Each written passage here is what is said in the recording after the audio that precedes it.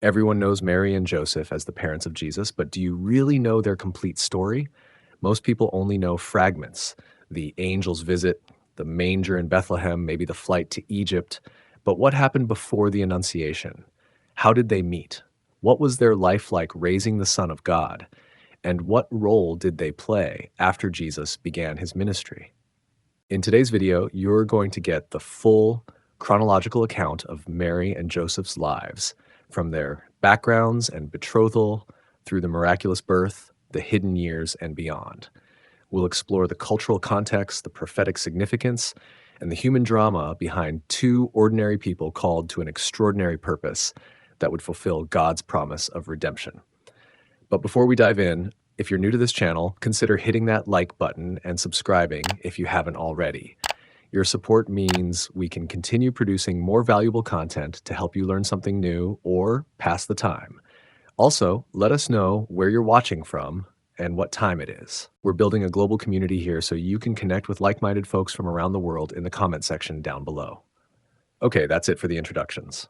Let's begin now, shall we? A world waiting for a savior. The world held its breath in those days. Dust settled on cracked streets where Roman sandals had marched for generations. Children played in shadows cast by foreign towers, their laughter mixing with the clank of armor and the groan of wooden cart wheels.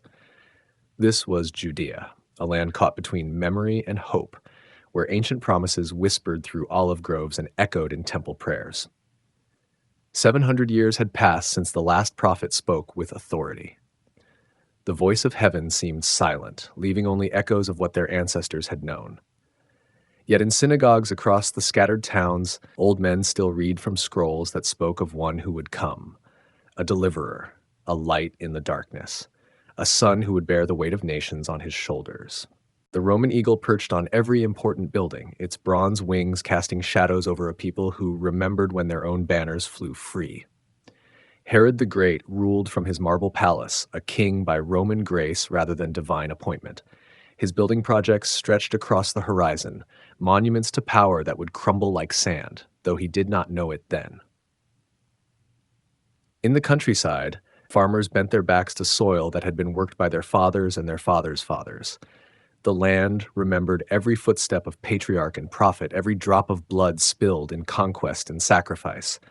Olive trees grew where Abraham had walked. Wells drew water where Isaac had met his bride. The very stones seemed to hold stories, waiting for the right moment to speak. The religious leaders debated in marble halls and torchlit chambers. Pharisees and Sadducees argued over interpretations of texts that promised redemption. Some looked for a warrior king who would drive out the Romans with sword and spear. Others expected a wise teacher who would restore the purity of their ancestors' faith. Few imagined that salvation might arrive in a form that would surprise them all. Common people carried their burdens from dawn to dusk, grinding grain and mending nets and shaping wood with calloused hands. They spoke in hushed tones about the promises of old. A virgin would conceive, a child would be born, government would rest on his shoulders, peace would have no end. These words had been carved into their collective memory, passed down through generations like precious jewels wrapped in worn cloth. The roads teemed with travelers in those days.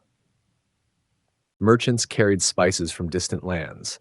Pilgrims journeyed to Jerusalem for festivals that connected them to their heritage. Roman messengers thundered past on horseback, carrying news that would reshape kingdoms. All this movement, all this activity, yet most remained unaware that the greatest journey in human history was about to begin in the humblest of places. Prophecies layered upon prophecies, each adding weight to the expectation that pressed down on this ancient land. Micah had spoken of Bethlehem, that small town where kings were born. Isaiah had painted pictures of a suffering servant who would bear the sins of many. Daniel had counted years and seasons, marking time until the promised one would appear. These words lived in the hearts of those who still believed that heaven had not forgotten earth.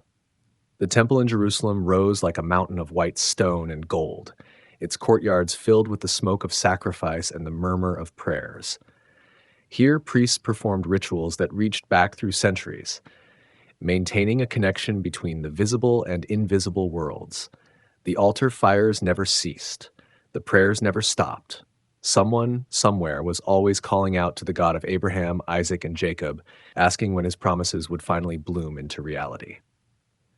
In small villages scattered across the hills of Galilee and Judea, life moved with the rhythm of seasons and traditions. Young women drew water from wells while their mothers prepared meals in homes built of stone and mud. Young men learned trades from their fathers, shaping clay and wood and metal into useful things. Marriages were arranged, children were born, elders were buried. The cycle continued, steady as the rising and setting of the sun. Yet beneath this surface of ordinary life, something stirred. A sense that change was coming, that the long wait was nearly over. Mothers sang old songs to their babies, songs about a branch that would grow from Jesse's line. Fathers told stories by lamplight, stories about a star that would rise from Jacob. These were not merely tales to pass the time. They were anchors of hope in a world that often seemed hopeless. The political situation grew more complex with each passing year.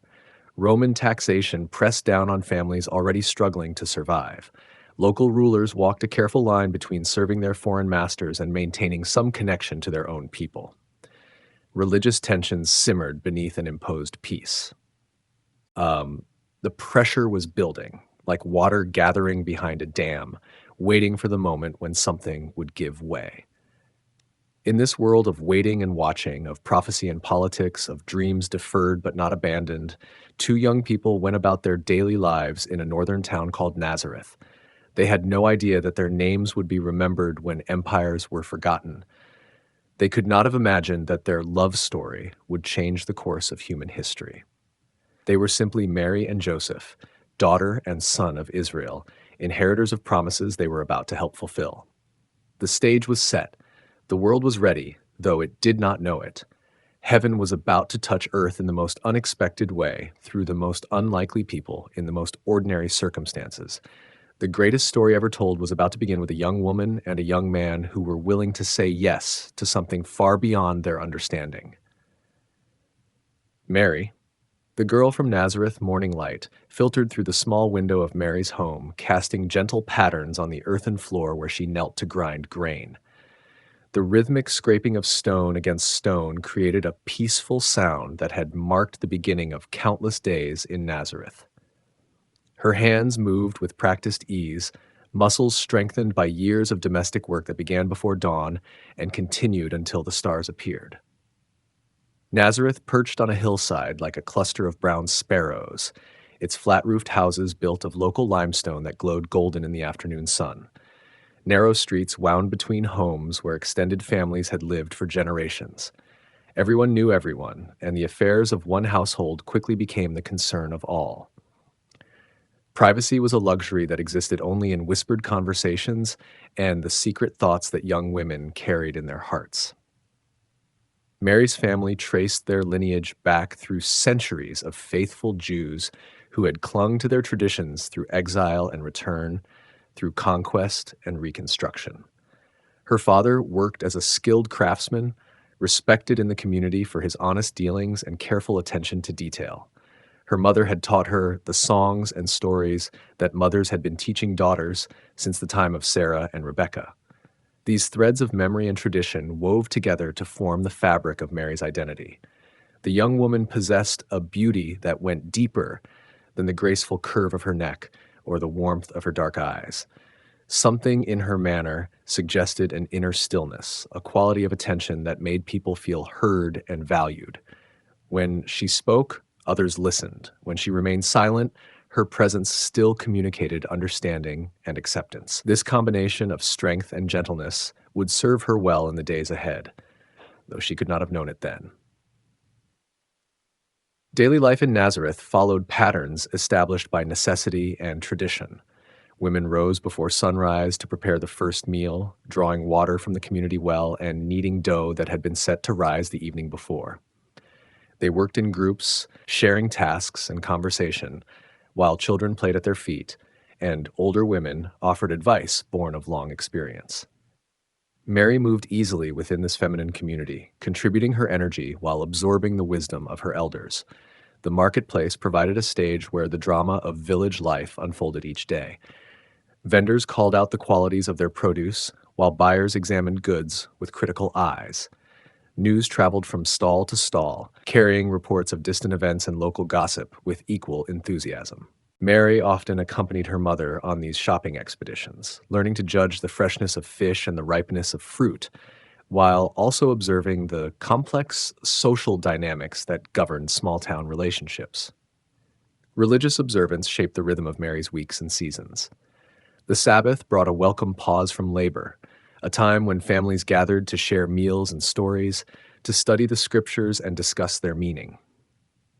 Festival seasons added color and celebration to the year, connecting the people of Nazareth to Jews throughout the world who observed the same holy days. Mary participated in these communal expressions of faith with genuine devotion, finding in them a connection to something larger than herself. Her education, though limited by the standards of later centuries, was thorough within its boundaries. She could read the Hebrew scriptures and speak Aramaic with eloquence. From her mother and grandmother, she learned the practical skills necessary for managing a household: cooking and cleaning, weaving and sewing, preserving food, and caring for the sick. These abilities would equip her for the responsibilities of marriage and motherhood that everyone expected would define her adult life. Dreams occupied a special place in Mary's private world. Like most young women of her time, she wondered about the man she would marry and the children she would bear. She imagined herself growing old in a house not far from her childhood home, surrounded by grandchildren who would sit at her feet to hear the same stories she had learned from her own grandmother. These dreams were not ambitious by modern standards, but they represented the fullness of life as she understood it. The prophecies that echoed through synagogue readings touched Mary's heart with particular force. When the rabbi read from Isaiah about a virgin who would conceive and bear a son, something stirred within her that she could not name. When the words of Micah promised that a ruler would come from Bethlehem, she felt a strange sense of connection to events that seemed impossibly distant. These moments of recognition would later make sense, but at the time they remained mysterious whispers in her soul. Her character revealed itself in small acts of kindness that required no audience. Mary helped elderly neighbors with tasks that had become difficult for them. She spent extra time with children who needed attention their busy parents could not provide. When sickness visited the community, she appeared with soup and gentle words, offering comfort that went beyond any medicine available to rural people. These gestures of care flowed naturally from a heart that was learning to love without reservation. The approaching reality of marriage brought both excitement and apprehension to Mary's daily thoughts. She understood that her parents would arrange a match with a suitable young man from a respectable family. This was the way things had always been done, and she trusted their wisdom to choose well for her future. Yet questions remained. Would her husband be kind? Would he understand her quiet nature? Would their love grow into something beautiful, or would they simply learn to tolerate each other, as many couples did? Nazareth itself shaped Mary's worldview in ways she could not fully appreciate. The town's reputation for simplicity, even roughness, meant that its residents developed a practical approach to life that valued substance over appearance. They worked hard, spoke honestly, and measured worth by character rather than wealth or social position. This environment fostered in Mary a groundedness that would prove essential when extraordinary events began to unfold around her. As seasons turned and Mary approached the age when most young women were betrothed, she continued her daily routine with the unconscious grace of someone who had found her place in the world. She could not have imagined that angels watched her morning prayers or that her name was already written in heaven's plans for the redemption of humanity. She was simply Mary of Nazareth, a faithful daughter of Israel, preparing for a life that would be far more significant than anyone could have dreamed. Joseph, the righteous carpenter. The smell of cedar shavings filled Joseph's workshop as his plane drew smooth curls from a piece of wood that would become part of a neighbor's table.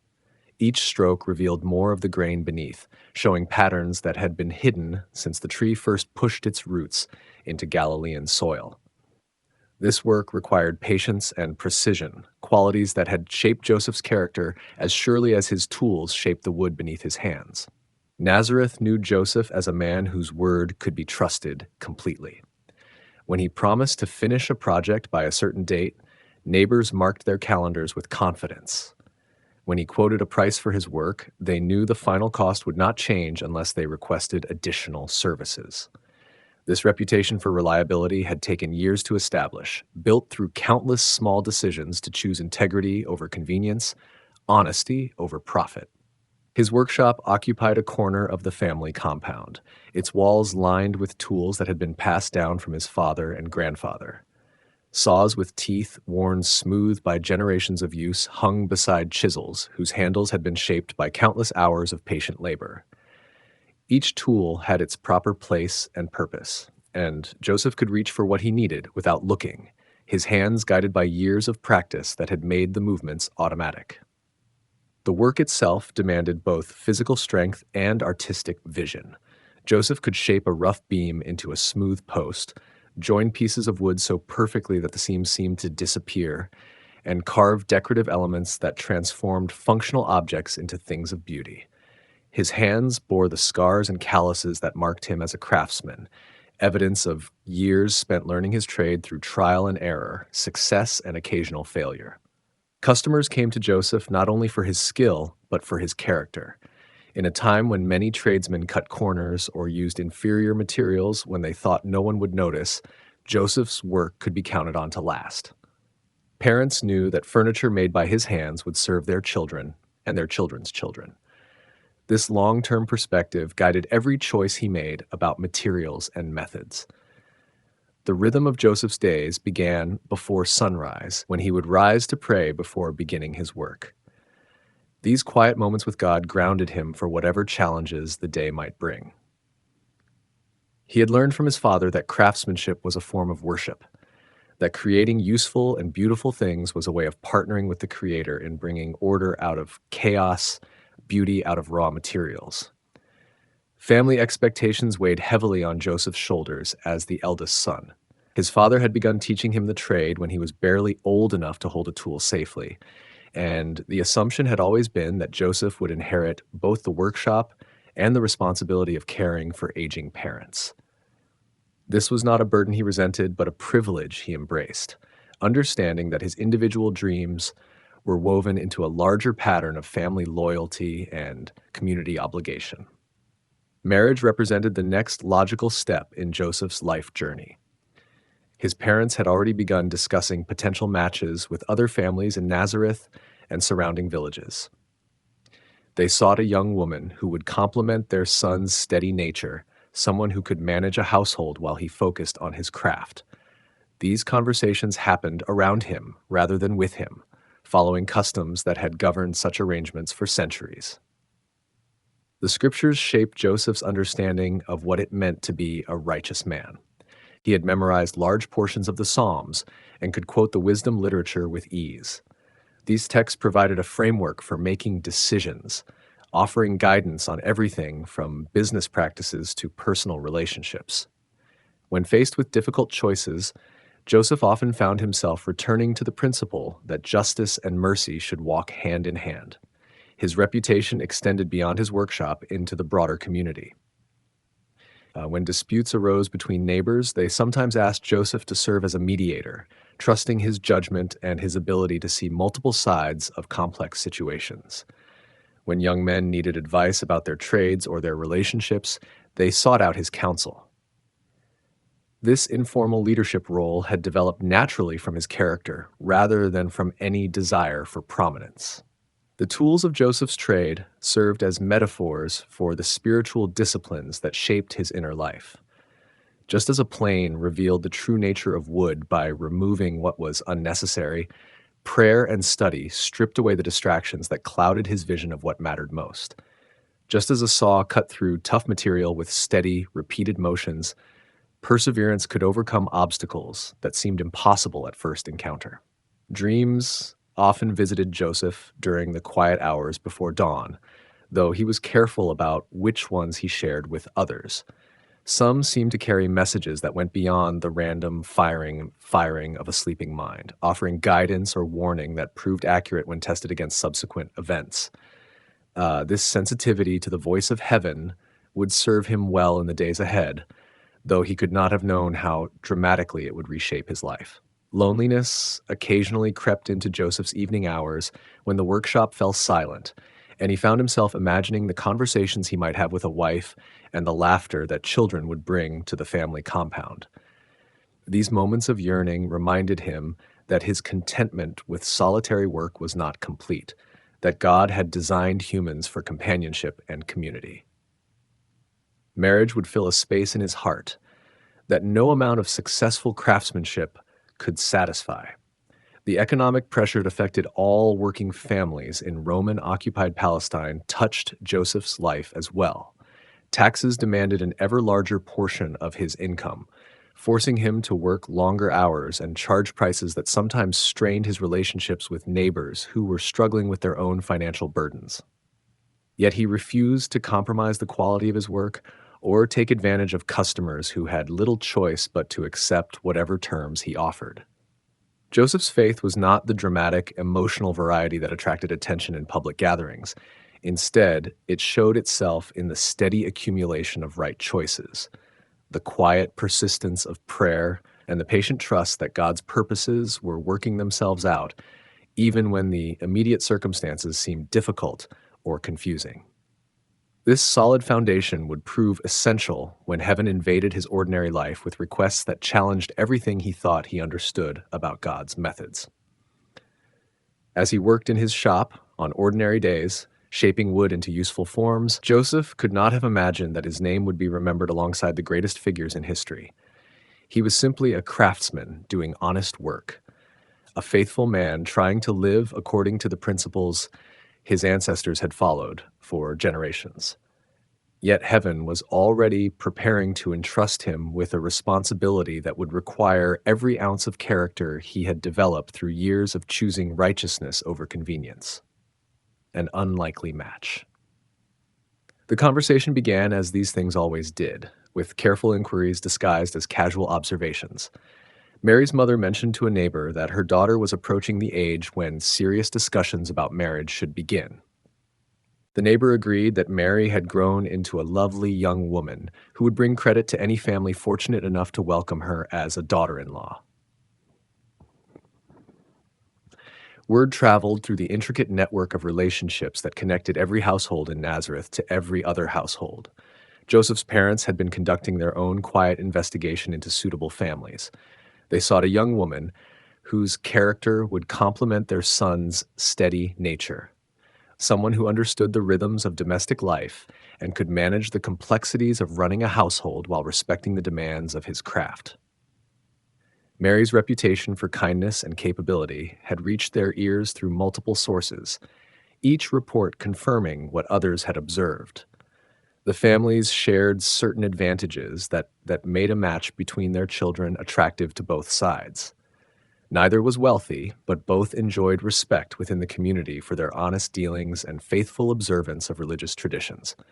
Joseph's established trade promised steady income, while Mary's training in domestic skills suggested she could manage a household efficiently. More importantly, both young people were known for their character rather than their wealth or social connections. Formal negotiations required delicate timing and careful attention to honor. Mary's father could not appear too eager to arrange a match, lest it suggest desperation or hidden problems with his daughter. Joseph's parents needed to express serious interest without seeming presumptuous about the outcome. These preliminary discussions happened during chance encounters at the marketplace and the synagogue, where seemingly casual comments carried deeper meaning that both sides understood perfectly. The practical aspects of marriage required extensive planning that went far beyond the romantic feelings of the young couple involved. Questions of dowry and bride price needed careful consideration, not because either family was mercenary, but because these financial arrangements protected both parties and demonstrated the seriousness of the commitment being made. Resources that would support the new household had to be identified and allocated according to customs that had governed such matters for generations.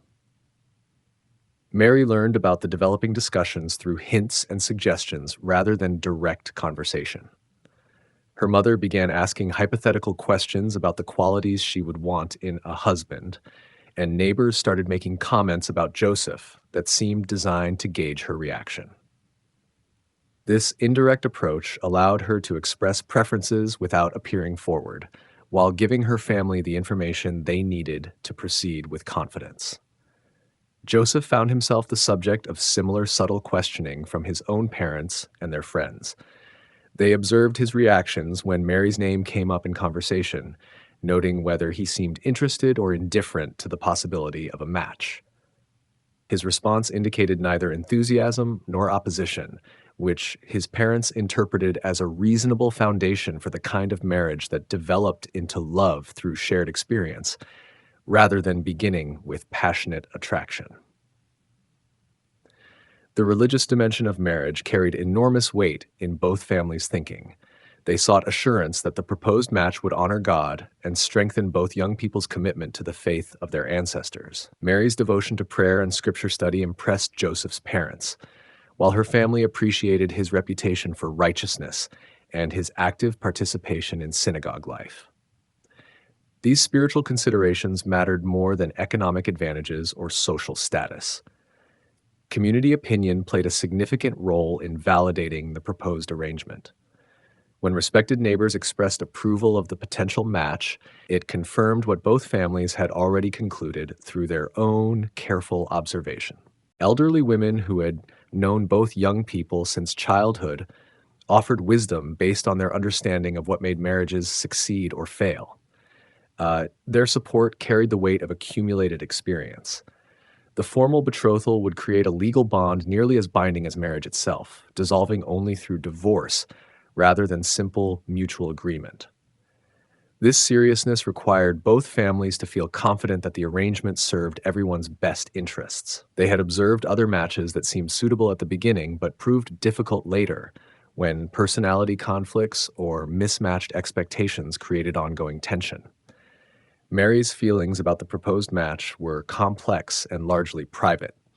She had watched Joseph from a distance for years, noting his reputation for fairness and his gentle manner with children and elderly neighbors.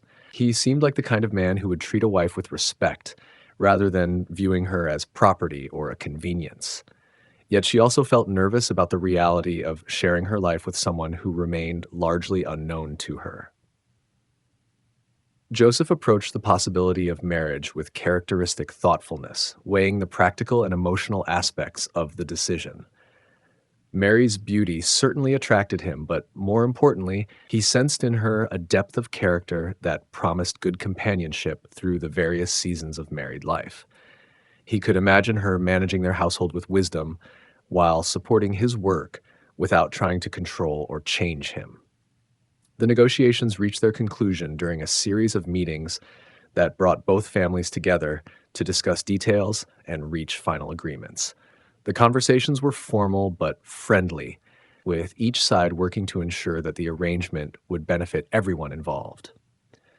Traditional formulas governed much of what was said, but underlying the ritual language was genuine care for the well-being of two young people who would build their future together. When the agreements were finally reached, both Mary and Joseph felt a mixture of relief and anticipation. The uncertainty was over, replaced by the security of knowing their future had been settled by people who loved them and wanted their happiness. The betrothal would be announced publicly, marking the beginning of a period when they could spend time together under appropriate supervision, learning to know each other before their wedding day. The arrangement satisfied the practical requirements that governed marriage in their world, while also holding space for the personal relationship that would develop between them. Neither expected the dramatic passion that poets celebrated in their verses, but both hoped for the steady affection that sustained the best marriages they had observed among their relatives and neighbors. They would learn to love each other through the shared experience of building a life together, supported by families and communities that wanted their marriage to succeed. The angelic encounter. The day began like countless others, with Mary kneeling beside her sleeping mat to offer morning prayers before the household stirred to life. Pale light filtered through the small window, casting familiar shadows across the room where she had slept since childhood. Her lips moved silently through the words her mother had taught her, ancient phrases that connected her to generations of faithful women who had begun each day by acknowledging their dependence on divine grace. Domestic duties called her attention once the prayers were finished. Water needed to be drawn from the well, grain ground for the day's bread, and preparations made for the simple meal that would break the night's fast. Mary moved through these tasks with practiced efficiency, her hands busy while her mind remained partly focused on the upcoming changes that betrothal would bring to her life. The betrothal to Joseph had announced just days earlier, setting in motion a new rhythm of anticipation and preparation. Wedding plans occupied her mother's conversations, while Mary herself tried to imagine what it would feel like to share her daily routine with a husband. These thoughts brought both excitement and uncertainty, emotions that swirled together like colors mixing in a weaver's loom. She was alone in her family's main room, organizing supplies that would be needed for the day's cooking, when the atmosphere around her suddenly changed. The very air seemed to thicken with presence, as though an invisible door had opened to admit someone whose reality operated by different rules than those that governed ordinary existence.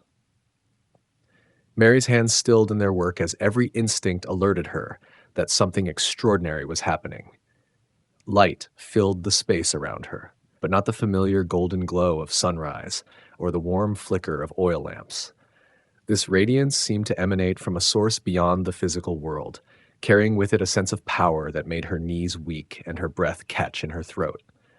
Fear rose in her chest, the natural response of a mortal creature suddenly confronted with the reality of heaven breaking into her small human world. The angel Gabriel appeared before her with a majesty that defied description. His form suggested both tremendous strength and infinite gentleness, as though he could command armies or comfort children with equal ease. Wings were not visible, yet Mary sensed that he belonged to realms where flight was natural and distances meant nothing. His presence filled the room with holiness that made her aware of every thought and feeling she had ever hidden in the privacy of her heart. His first words were meant to calm her terror, though they carried implications that would reshape everything she thought she understood about her life. "Greetings, favored one," he said, his voice carrying the authority of heaven while maintaining the warmth of personal address. "The Lord is with you." These simple phrases acknowledged both her fear and her chosenness, recognizing her humanity, while revealing the divine attention that had been focused on her life. Mary's confusion was evident in her posture and expression. She had done nothing to deserve such recognition, achieved nothing that would attract heaven's notice. Why would an angel appear to her rather than to some respected teacher or wealthy benefactor whose influence could advance God's purposes more effectively?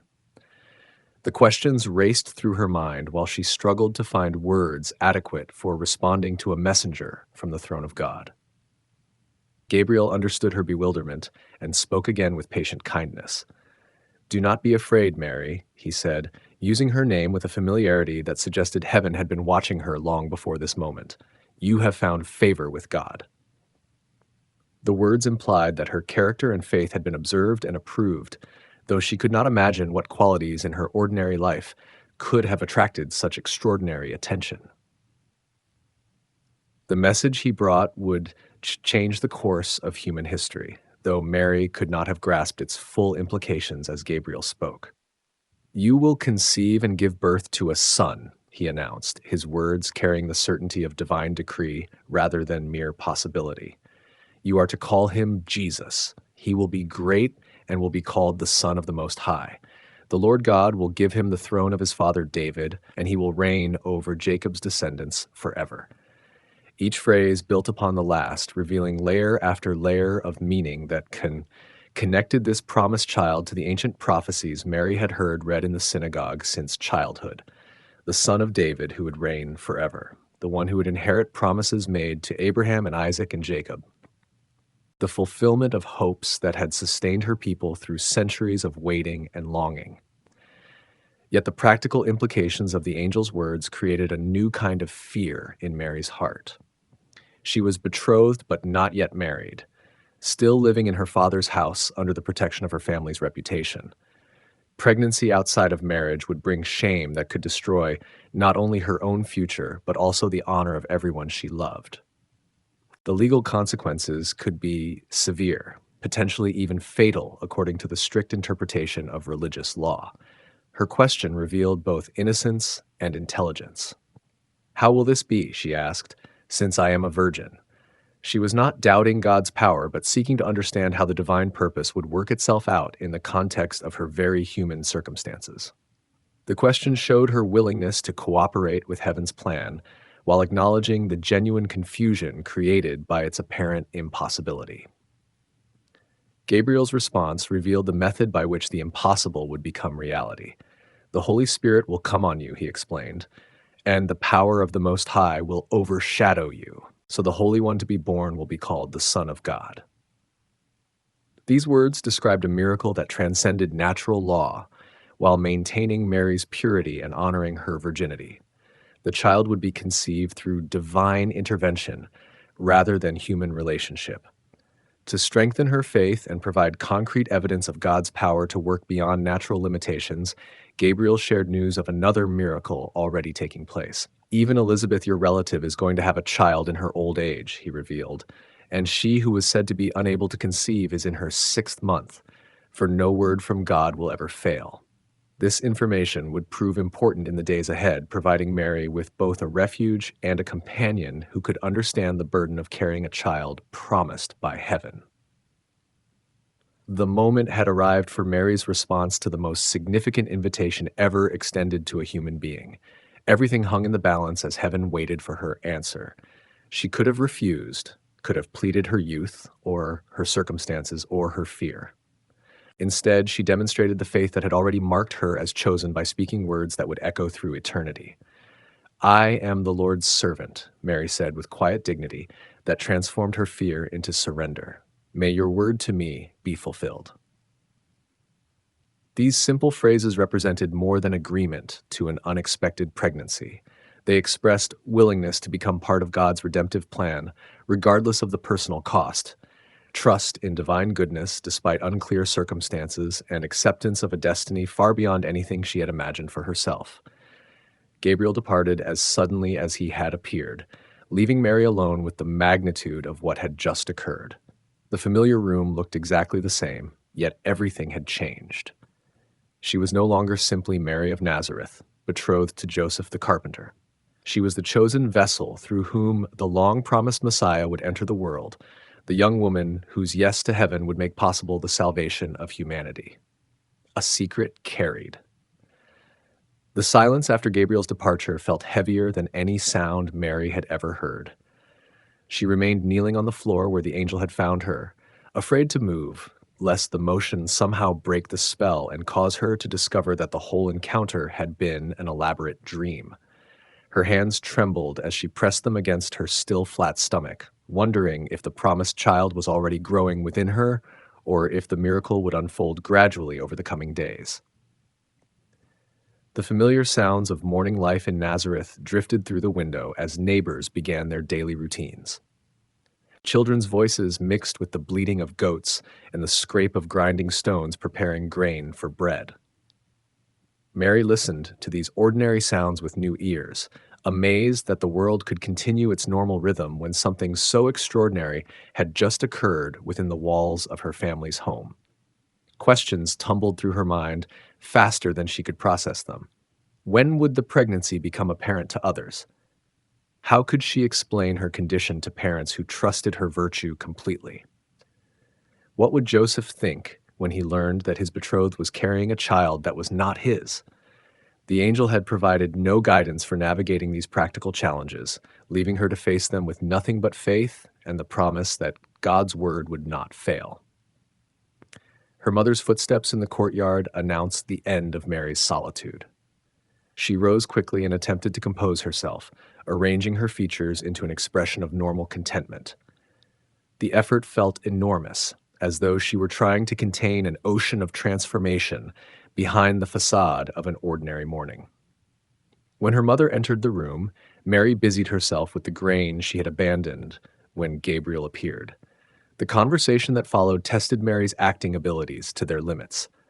Her mother discussed plans for the wedding preparations, mentioned neighbors who had stopped by with congratulations on the betrothal, and asked routine questions about household tasks that needed completion. Mary responded appropriately, but part of her attention remained focused inward, listening for some sign that the angel's promise was beginning to take physical form within her body. Days passed in a blur of careful performance as Mary maintained her normal routine while carrying the secret that felt too large for her small frame. She helped with cooking and cleaning, participated in family conversations, and attended synagogue services where familiar scriptures now carried new meaning. Every reference to promises made to David's line caused her heart to race, while passages about virgin births made her wonder if others could somehow see the truth written in her expression. The first signs of pregnancy arrived with a mixture of wonder and terror. Morning nausea forced her to excuse herself from family meals, claiming minor illness that concerned her mother but did not arouse serious suspicion. The tenderness in her breasts and the strange new awareness of her body confirmed that Gabriel's words were being fulfilled exactly as he had promised. The impossible was becoming undeniably real. Her engagement to Joseph added complexity to an already difficult situation.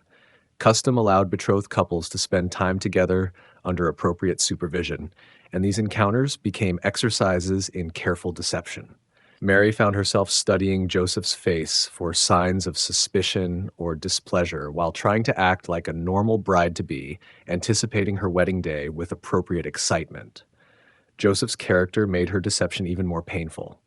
His obvious respect for her, his gentle manner, and his clear intention to be a faithful husband filled her with guilt for the secret she was keeping from him. She could see his growing affection in the way he looked at her. You could sense his contentment with their arranged match, and knew that her hidden pregnancy would shatter his trust and break his heart.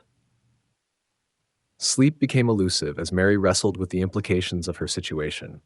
She lay awake staring at the ceiling, trying to imagine how she would find words to explain the inexplicable.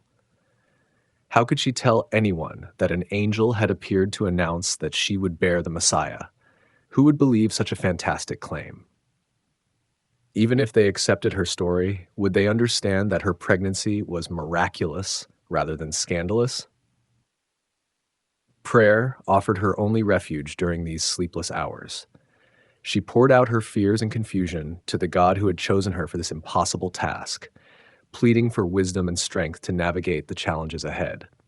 Sometimes she felt a peace that surpassed understanding settle over her troubled heart. Other times she wrestled with doubts that made her question whether the angelic visitation had really happened or whether she was losing her mind. The memory of Elizabeth mentioned by Gabriel began to offer a possibility for escape from her increasingly untenable situation in Nazareth.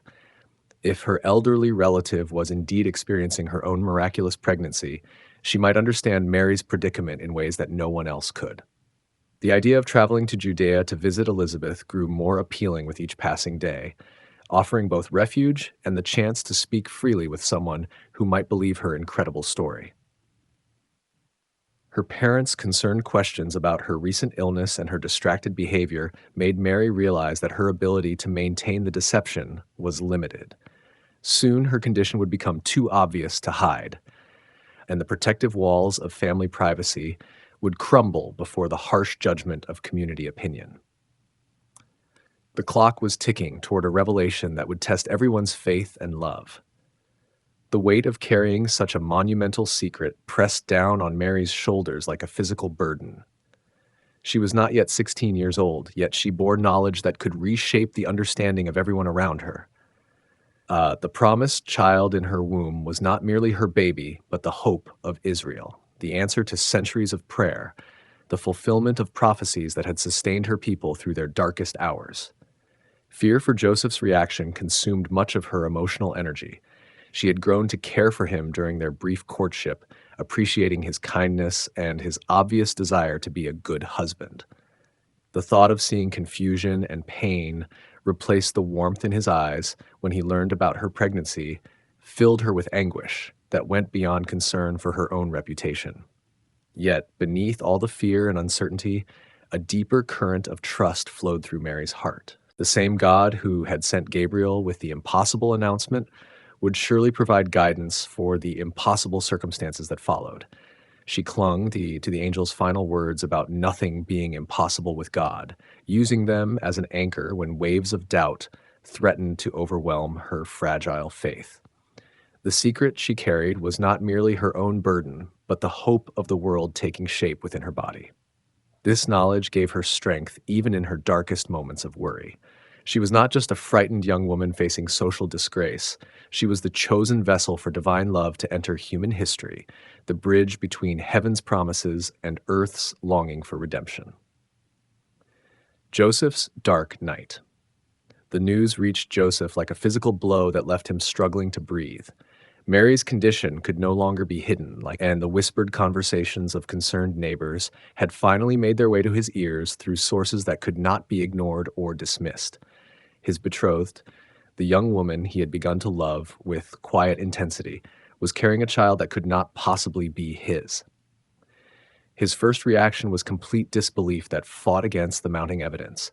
Mary had seemed so pure, so devoted to righteousness, so incapable of deception. How could someone who blushed at his gentle touches and lowered her eyes modestly during their conversations have given herself to another man? The contradiction between the woman he thought he knew and the reality now revealed created a confusion that made rational thought nearly impossible.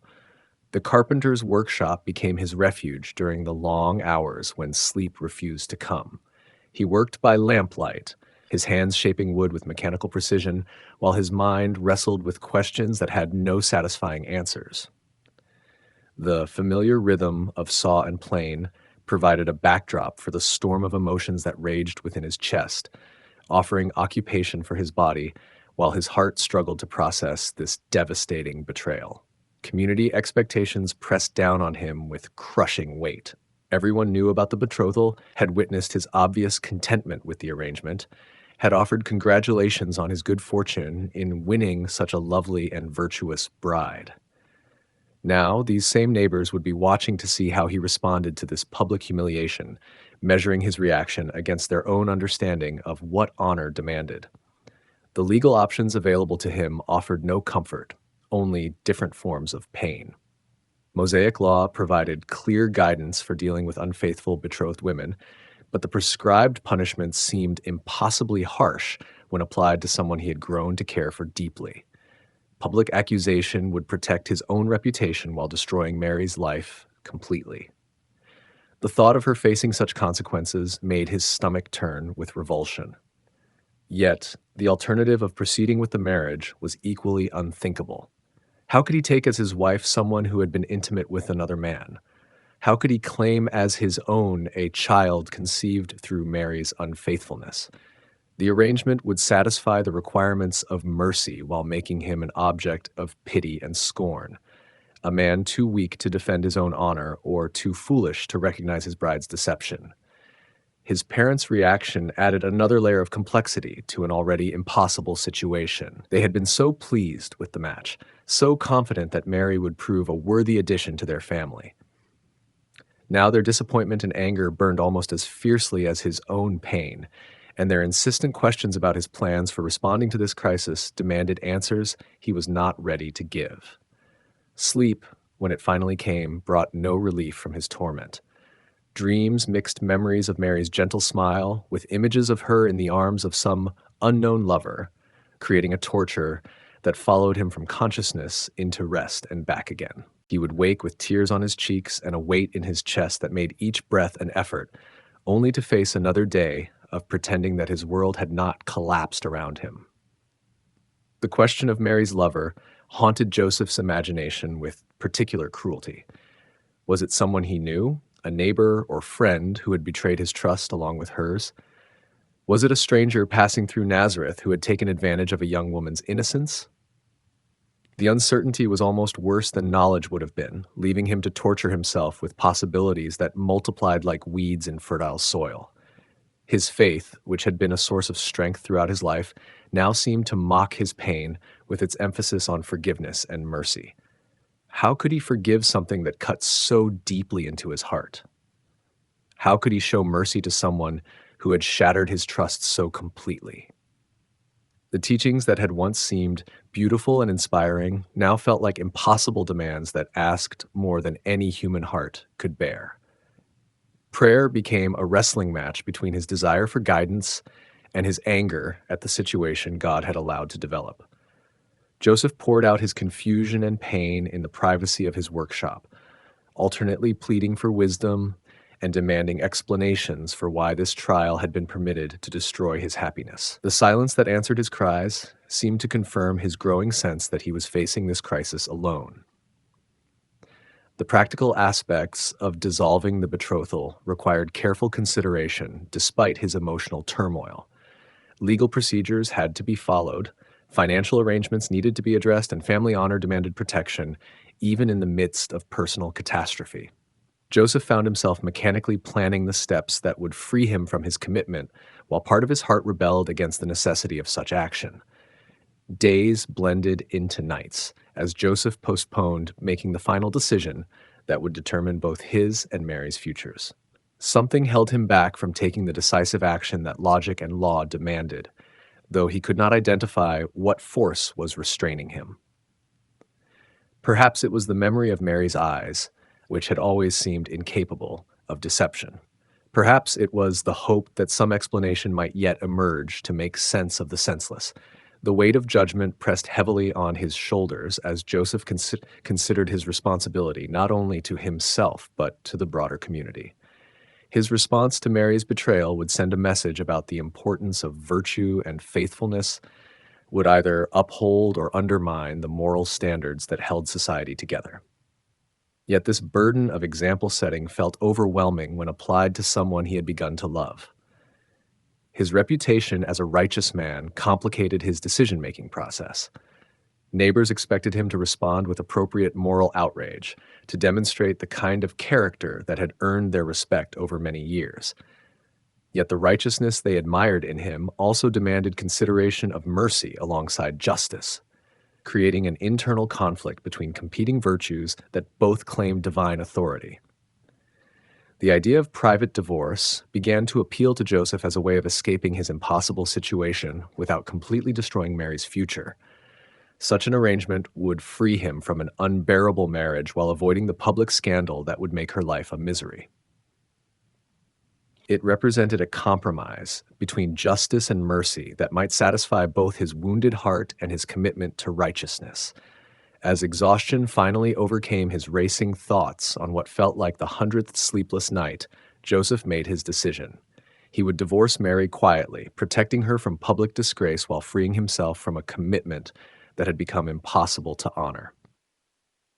The choice satisfied neither his desire for justice nor his longing for the relationship he had thought they would share, but it offered the only path forward that he could live with. Sleep came at last to the troubled carpenter, bringing with it dreams that would change everything he thought he understood about Mary's condition and God's plans for their shared future. Heaven was preparing to speak into his darkness, offering explanations that would transform his pain into purpose and his sense of betrayal into a calling beyond anything he had imagined possible. A yes that changed everything. The dream began in darkness deeper than any Joseph had ever experienced, a blackness that seemed to press against his sleeping form with the weight of eternity itself. Yet within this profound night, light began to gather like the first hint of dawn on a distant horizon. The illumination grew gradually, revealing not the familiar contours of his workshop or home, but a space that seemed to exist beyond the boundaries of ordinary reality. An angel appeared before him with a presence that commanded immediate attention and reverence. This was no ordinary dream figure born from an anxious mind, but a messenger whose authority emanated from the throne of the Almighty. Joseph felt his sleeping form prostrate itself before this celestial visitor, every instinct recognizing the holiness that filled the space around them both. The angel spoke his name with a familiarity that suggested heaven had been watching his struggle with intimate concern. "Joseph, son of David," the messenger said, addressing him not merely as an individual, but as an heir to the royal line that carried within it the promises of God. The words connected him to a heritage larger than his personal pain, reminding him that his story was woven into the larger tapestry of divine purpose. What followed shattered every assumption Joseph had made about Mary's condition and his own circumstances. "Do not be afraid to take Mary as your wife," the angel declared with authority that brooked no argument. "What is conceived in her is from the Holy Spirit." These words reframed everything he thought he understood, transforming apparent betrayal into miraculous blessing, suspected adultery into divine intervention. The explanation continued with details that connected Mary's pregnancy to the ancient prophecies Joseph had heard read in synagogue since childhood. "She will give birth to a son," the angel announced, "and you are to give him the name Jesus, because he will save his people from their sins." The name itself carried meaning that revealed the child's destiny, marking him as the one who would accomplish what centuries of sacrifices and ceremonies had only symbolized. Scripture fulfilled itself before Joseph's dreaming eyes as the angel quoted words that transformed from distant promise to immediate reality. All this took place to fulfill what the Lord had said through the prophet: "The virgin will conceive and give birth to a son, and they will call him Emmanuel," which means God with us. The prophecy he had known all his life suddenly applied to his own situation with startling directness. The dream carried more than information. It conveyed the emotional weight of divine purpose being worked out through human lives. Joseph felt himself being invited into a story far larger than his personal happiness or pain, a narrative that would culminate in the redemption of humanity itself. His role was not merely to marry Mary, but to serve as earthly father to the promised Messiah, protector and provider for the Son of God himself. Understanding flooded through Joseph's sleeping consciousness as the pieces of an impossible puzzle fell into place. Mary's apparent betrayal was actually faithfulness to a calling beyond anything either of them could have imagined. Her pregnancy was not the result of human passion, but of divine intention, the fulfillment of promises made to Abraham and David, and confirmed through generations of prophetic utterance. The angel's message also carried implicit instruction about Joseph's own character and calling. His reputation for righteousness had not been accidental, but preparation for this moment when mercy would be required to overcome the appearance of justice. His willingness to consider private divorce rather than public punishment had demonstrated the kind of heart that heaven could trust with the most precious responsibility ever given to a human being. Relief washed over Joseph's dreaming form as the burden of betrayal lifted from his shoulders. Mary had not deceived him. She had been chosen for something beyond deception. His love for her had not been misplaced, but had been part of God's preparation for this extraordinary calling. The pain that had consumed his waking hours transformed into wonder at being selected for such an honor. Yet the angel's revelation also brought awareness of the enormous responsibility being placed upon his shoulders. To serve as earthly father to the Messiah would require wisdom, courage, and faith beyond anything his quiet life in Nazareth had previously demanded. Kings and priests would bow before this child, yet Joseph would be the one teaching him to shape wood and navigate the complexities of human relationships.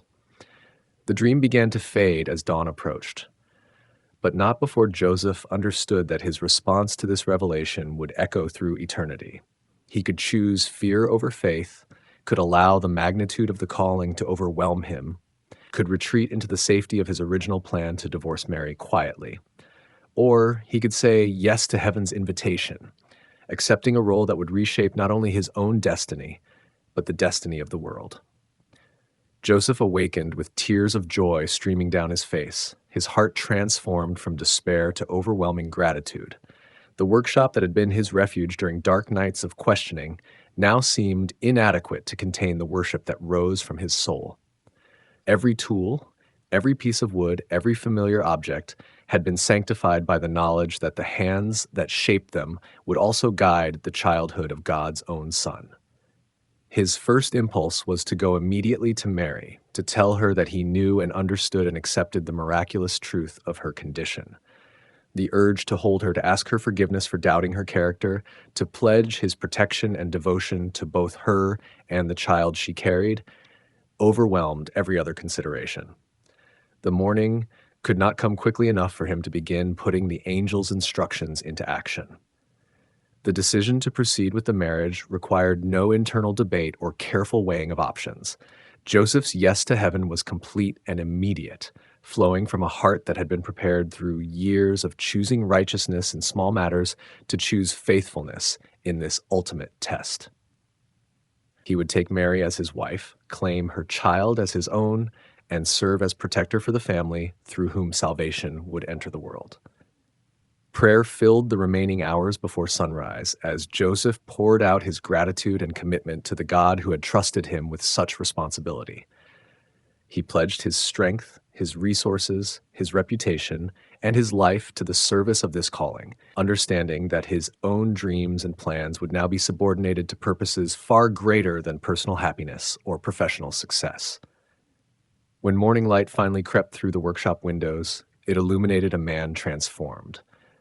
The Joseph who greeted the new day was no longer simply a carpenter from Nazareth, but the chosen guardian of the Messiah, a man whose name would be remembered with honor as long as the story of redemption was told. His yes to heaven's impossible request had changed everything, not only for himself and Mary, but for all humanity waiting for the light of salvation to dawn. The journey to Elizabeth Vernon. The decision to travel to Judea came to Mary like morning light, gradually pushing back the shadows of a difficult night. She could no longer bear the weight of her secret alone, could no longer maintain the careful performance of normalcy that family life in Nazareth demanded. Gabriel's mention of Elizabeth's miraculous pregnancy offered the promise of understanding from someone who might believe the impossible and offer the support that no one else could provide. Convincing her parents to allow the journey required careful negotiation and creative reasoning. Mary presented the trip as a dutiful visit to an elderly relative who needed assistance during the final months of her unexpected pregnancy. The suggestion appealed to her mother's sense of family obligation, while providing a plausible explanation for an extended absence that would allow Mary's own condition to develop beyond the point where it could be hidden. Preparations for the journey consumed several days as Mary's mother gathered supplies and arranged for traveling companions who could ensure her daughter's safety on the roads between Galilee and Judea. The distance was considerable, requiring multiple days of walking through territory where bandits and wild animals posed constant threats to unwary travelers. No respectable young woman would attempt such a journey alone. The traveling party that finally departed Nazareth included Mary, an older woman from a neighboring family who had business in Jerusalem, and two men whose trade required regular trips between the northern and southern regions of Palestine. This group provided both protection and propriety while giving Mary the freedom to leave her hometown before her condition became obvious to watchful neighbors. Mary's emotions as they walked away from Nazareth were complex and contradictory. Relief at escaping the increasingly difficult task of maintaining her secret, mixed with anxiety about the unknown reception she would receive from Elizabeth, excitement about possibly finding someone who could understand her situation, combined with sadness at leaving the familiar surroundings that had shaped her entire life until this point. The journey itself unfolded with the rhythm of ancient travel, marked by early morning departures and afternoon arrivals at way station villages where overnight shelter could be purchased from local families. Each day brought new landscapes and faces while providing time for reflection that the busy routine of domestic life had not allowed. Mary found herself praying almost continuously as her feet carried her toward what felt like destiny. Fellow travelers offered a welcome distraction from her internal turmoil through their conversations about trade conditions, political developments, and family news that connected communities across the scattered Jewish homeland. Mary listened to these discussions with new interest, aware that the child she carried would grow up in this world of Roman occupation and religious tension, of economic struggle and social complexity. The physical demands of the journey tested Mary's strength as pregnancy symptoms made long days of walking more challenging than they would normally have been. Morning sickness that had been manageable at home became more pronounced when combined with fatigue from sleeping on unfamiliar ground and eating food prepared by strangers. Yet she endured these discomforts gladly, knowing they brought her closer to the refuge she sought. Landscape changed gradually as they traveled south, with the rolling hills of Galilee giving way to the rockier terrain of central Palestine. Ancient cities perched on hilltops told stories of conquest and liberation that stretched back through generations of Jewish history. Every mile of the journey connected Mary more deeply to the heritage that would shape her child's identity and mission. News gathered from other travelers painted a picture of the broader world into which the Messiah would be born. Roman taxation continued to burden working families while enriching corrupt officials who collaborated with the occupying forces. Religious leaders debated fine points of law, while ordinary people struggled to maintain their faith in the face of daily hardships. The need for a deliverer had never been more apparent. Elizabeth's village appeared in the distance like an answer to prayer after days of difficult travel. The cluster of stone houses built into the hillside looked peaceful and prosperous, suggesting a community that had found ways to thrive despite the challenges that pressed upon Jewish settlements throughout Palestine. Mary's heart raced with anticipation as they approached the place where she hoped to find understanding and acceptance. The house where Elizabeth lived with her elderly husband Zechariah was easily identified through inquiries among local residents who knew about the priest's recent loss of speech and his wife's remarkable pregnancy. Mary's traveling companions departed for their own destinations after ensuring her safe arrival, leaving her standing at the door of a home where her life would take another dramatic turn. Elizabeth appeared in the doorway before Mary could even announce her presence, her aged face transformed by a joy that seemed to radiate from within. The months of pregnancy had given her a glow that made her appear younger than her years, while her eyes held a light that spoke of divine favor and supernatural blessing. The recognition between the two women was immediate and complete.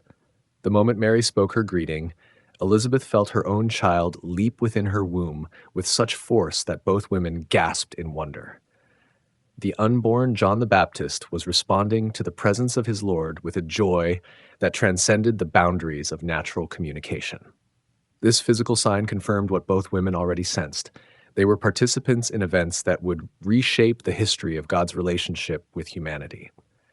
Elizabeth's response flowed from a heart filled with the Holy Spirit, her words carrying prophetic authority that validated everything Mary had experienced since Gabriel's visit. "Blessed are you among women," she declared with conviction that dispelled any doubt about the divine nature of Mary's pregnancies, and blessed is the child you will bear. These words provided the confirmation Mary's heart desperately needed.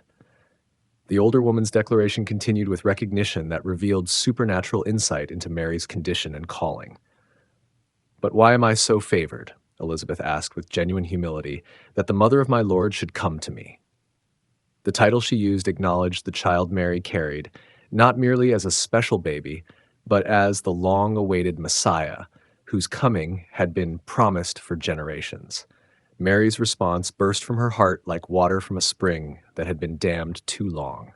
The words that poured forth would later be remembered as the Magnificat, a song of praise that connected her personal experience to the broader story of God's faithfulness to his people.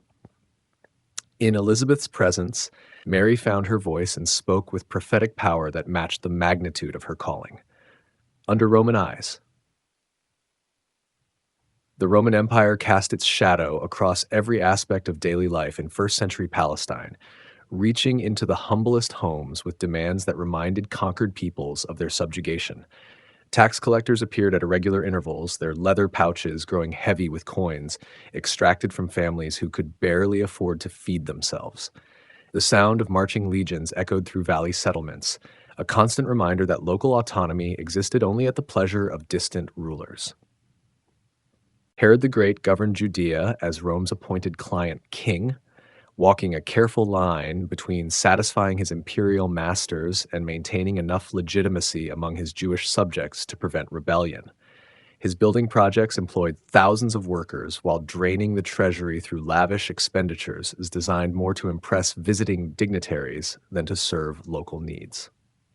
The magnificent expansion of the Jerusalem temple stood as perhaps his greatest achievement, earning grudging admiration even from those who despised his rule. The census that would eventually bring Mary and Joseph to Bethlehem represented more than a mere counting of population. Roman bureaucrats used such registration systems to assess tax potential, identify military conscription opportunities, and maintain detailed records of subject peoples who might pose security risks.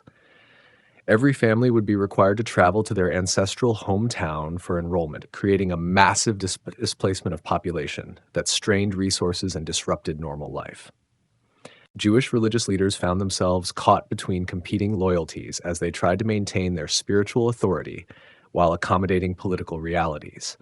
The high priest served at Roman pleasure, his position dependent on continued cooperation with policies that often conflicted with traditional Jewish law. Lower-ranking priests and teachers faced similar pressures as they attempted to preserve religious purity within a system designed to favor collaboration over resistance. Economic conditions throughout Palestine reflected the broader imperial system that extracted wealth from conquered territories to fund Roman expansion elsewhere. Local artisans like Joseph competed for customers who had less money to spend on anything beyond basic necessities. Agricultural communities struggled under taxation that claimed increasingly large portions of their harvests, leaving families vulnerable to famine during years when crops failed. The presence of Roman culture created additional tensions within Jewish communities already divided along religious and social lines. Greek language and customs infiltrated daily life through trade relationships and administrative requirements. Some Jews embraced these influences as opportunities for advancement, while others viewed any accommodation with foreign ways as betrayal of their ancestral faith and identity. Military garrisons stationed throughout the region served multiple purposes beyond simple peacekeeping.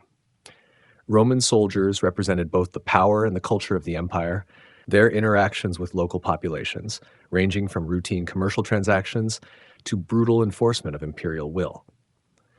The sight of armed foreigners in the streets reminded everyone that ultimate authority rested with distant rulers who viewed Palestine primarily as a strategic buffer zone. Political movements simmered beneath the surface of apparent calm as various groups plotted resistance to Roman rule. Some advocated open rebellion that would drive out the occupiers through force of arms. Others promoted passive resistance that would preserve Jewish identity while avoiding the devastating consequences of military confrontation. Most people simply tried to survive within a system they could not change, adapting their daily routines to accommodate demands they could not refuse. Religious festivals provided opportunities for both expression of traditional identity and demonstration of Roman tolerance for subject peoples' customs. The annual pilgrimage to Jerusalem for Passover brought together Jews from throughout the Mediterranean world, creating gatherings that celebrated liberation from ancient bondage while highlighting contemporary subjugation. Roman authorities allowed these observances while maintaining careful surveillance for signs of seditious activity. The legal system under which Mary and Joseph lived reflected the complex overlay of Roman law upon Jewish tradition.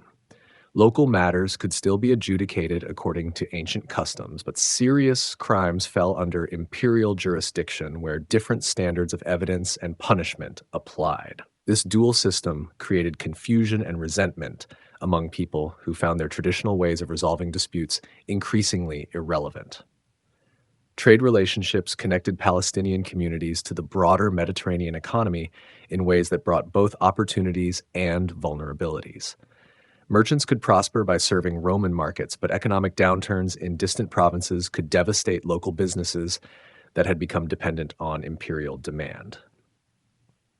The integration of Palestine into Roman commercial networks represented both blessing and curse for communities trying to maintain their distinctive identity.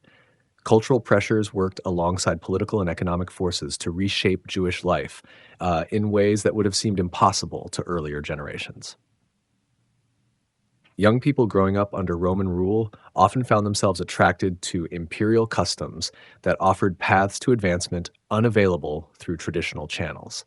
This generational divide created additional stress within families already struggling to maintain their heritage under foreign domination.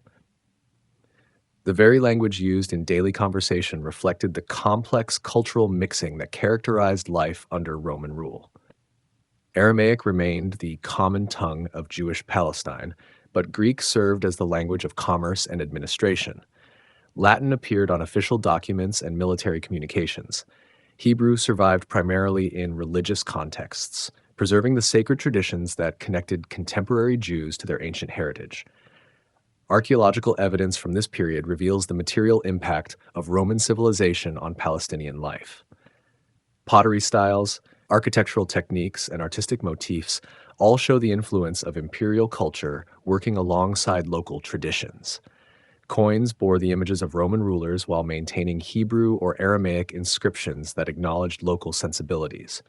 Even the most basic aspects of daily life reflected the complex accommodation between conqueror and conquered.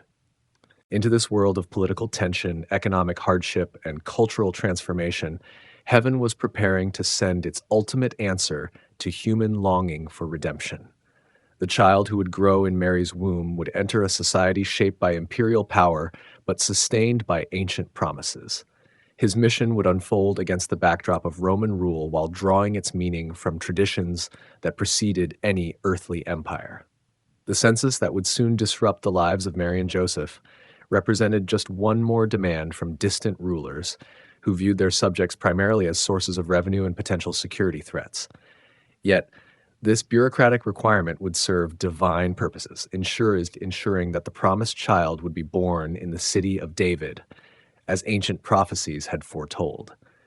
Roman efficiency would unknowingly serve heaven's plan for the redemption of humanity. The road to Bethlehem. The dusty path stretches endlessly before them. Mary's feet ache with each careful step. The donkey beneath her sways gently, but even this motion brings discomfort.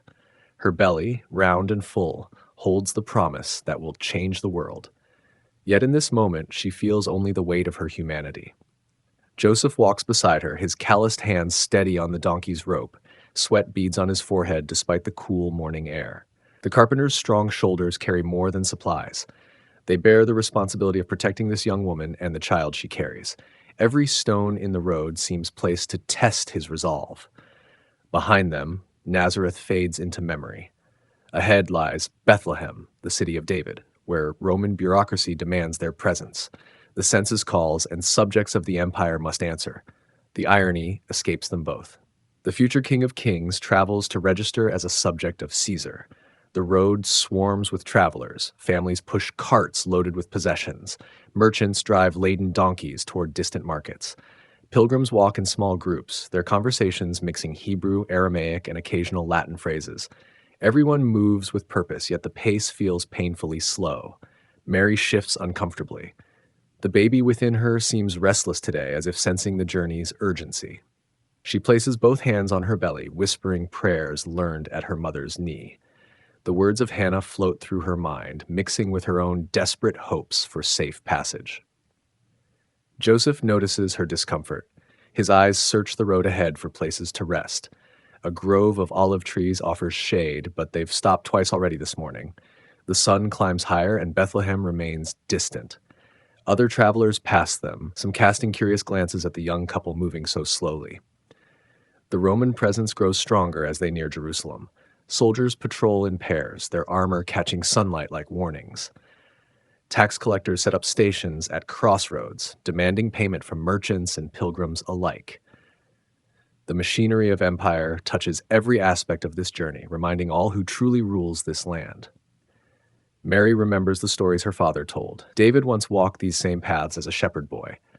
Samuel anointed him king in Bethlehem's hills. The prophets spoke of this place with reverence, calling it small among Judah's clans, yet destined for greatness. Now she carries David's greater son toward that ancient city. Joseph's mind wrestles with practical concerns. Will they find lodging? The roads teem with people, all heading toward ancestral towns for registration. Bethlehem, small as it is, must overflow with David's descendants answering Rome's call. His modest savings might not secure comfortable rooms. Worse possibilities lurk in his thoughts, but he pushes them away. The afternoon heat grows oppressive. Mary's face flushes red, and she breathes in shallow gasps. Joseph finds another resting spot, this time beneath a cluster of fig trees. He helps her down from the donkey, supporting her weight as she eases to the ground. A small stream nearby provides cool water for drinking and washing dusty feet. Other travelers share the shade. An elderly man from Hebron speaks of overcrowded inns. A woman with 3 children mentions prices rising with demand. Joseph listens carefully, gathering information that might help them navigate Bethlehem's challenges. Each conversation adds weight to his growing concerns. Mary closes her eyes and tries to rest. The baby moves frequently now, pressing against her ribs, stretching her skin tight. She wonders if her mother felt this way before her birth. Anne never spoke much of those days, but perhaps some experiences resist description. This child carries mysteries that no mother has ever known. The road resumes its demands. Joseph coaxes the donkey forward while Mary grips the saddle tightly. Evening approaches, painting the hills in golden light. Bethlehem appears on a distant ridge, its white stone walls glowing like promises. Yet distance deceives. The city remains hours away, and Mary's strength fades with the dying light. Joseph makes a decision that will haunt him forever. They must press on through darkness. Finding lodging at night will prove difficult, but stopping on the roadside with Mary in her condition seems worse. The donkey picks its way carefully over stones made treacherous by shadows. Mary's labor pains begin as gentle ripples, easily dismissed as journey fatigue. She says nothing to Joseph, hoping rest will ease the discomfort. But the child within her follows divine timing, not human convenience. The King of Glory will not wait for better circumstances or comfortable surroundings. The moon rises full and bright, casting silver light on the final stretch of road. Bethlehem's gates stand open, welcoming the stream of travelers. Mary grips Joseph's hand as another wave of pain washes through her. Time grows short. The moment prophets described for centuries draws near on a dusty road outside David's city. The birth in the manger. Bethlehem's streets pulse with humanity. Every doorway frames anxious faces seeking shelter. Every courtyard echoes with travelers' voices, bargaining for space. The city, built to house perhaps 1,000 souls, swells with 10 times that number. David's descendants have returned to their ancestral home, transforming quiet lanes into rivers of desperate humanity. Joseph leads the donkey through narrow passages between limestone houses. Each inn they approach displays the same cruel reality. Rooms filled, courtyards occupied. Even floor space commands prices beyond a carpenter's modest purse. The innkeepers, overwhelmed by demand, barely glance at Mary before shaking their heads. Mary's contractions intensify with each passing moment. She doubles over, gripping the saddle with white knuckles. The pains come closer together now, waves that crash against her young body with increasing force. Other women in the streets notice her condition. Some offer sympathetic glances. Others look away, grateful their own struggles seem smaller by comparison. Joseph's desperation grows visible. Sweat beads on his forehead despite the cool night air. His voice takes on an edge of panic as he pleads with yet another innkeeper. The man's response remains unchanged. No room. No space. Perhaps try elsewhere. The suggestion rings hollow when elsewhere offers the same impossibility. Near the edge of town, Joseph approaches a different sort of establishment. Less inn than extended family home, it caters to travelers of modest means. The owner, a weathered man named Asher, sees Mary's condition and softens. His own daughter died in childbirth years ago. The memory stirs compassion that business sense cannot entirely suppress. Asher shakes his head at Joseph's request for a room. Every space holds paying guests. But then he pauses, considering alternatives. Behind his house, carved into the hillside, lies a shelter used for animals during winter months. Clean straw covers the floor, stone walls block the wind, fresh water flows from a nearby spring. Not suitable for guests, perhaps, but better than the streets. Joseph's pride wrestles with necessity. A stable seems no place for any birth, much less this birth. Yet Mary's condition allows no time for searching. The child comes whether palace or stable awaits. Joseph swallows his dignity and accepts Asher's reluctant offer. The stable cave extends deep into the hillside. Oil lamps casting shadows on ancient stone walls. The air smells of hay and animals, but cleanliness suggests careful maintenance. Oxen and donkeys occupy stalls toward the back, their gentle breathing creating a rhythm of peace amidst the chaos outside. Mary's water breaks as Joseph helps her from the donkey. The wetness soaks her robe and pools on the straw-covered floor. Time collapses into urgent moments. Joseph spreads his cloak over the cleanest straw he can find.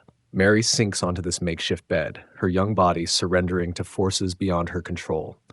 No midwife attends this birth. No experienced women offer guidance. Joseph, trained in working wood not delivering babies, becomes the unlikely assistant to history's most important delivery. His hands, accustomed to tools and timber, tremble as they prepare to welcome the Word made flesh. Mary's cries echo off stone walls, mixing with the gentle sounds of resting animals. The oxen seem to sense something extraordinary happening. They stand quietly in their stalls, as if creation itself holds its breath. Even the mice that normally scurry through the straw remain still and watchful. The child emerges into candlelight and straw dust. Joseph's rough hands catch the tiny body, slippery with birth and impossibly fragile. For a moment, silence fills the stable. Then lungs designed to command wind and wave draw their first earthly breath. The cry that follows sounds like any newborn's wail, yet it announces the dawn of a new age. Mary reaches for her son with arms that shake from exhaustion and wonder. She cradles the baby against her chest, feeling his warmth and the rapid flutter of his heartbeat. This child, prophesied by Isaiah, promised to Abraham, longed for by generations, now depends completely on her young strength.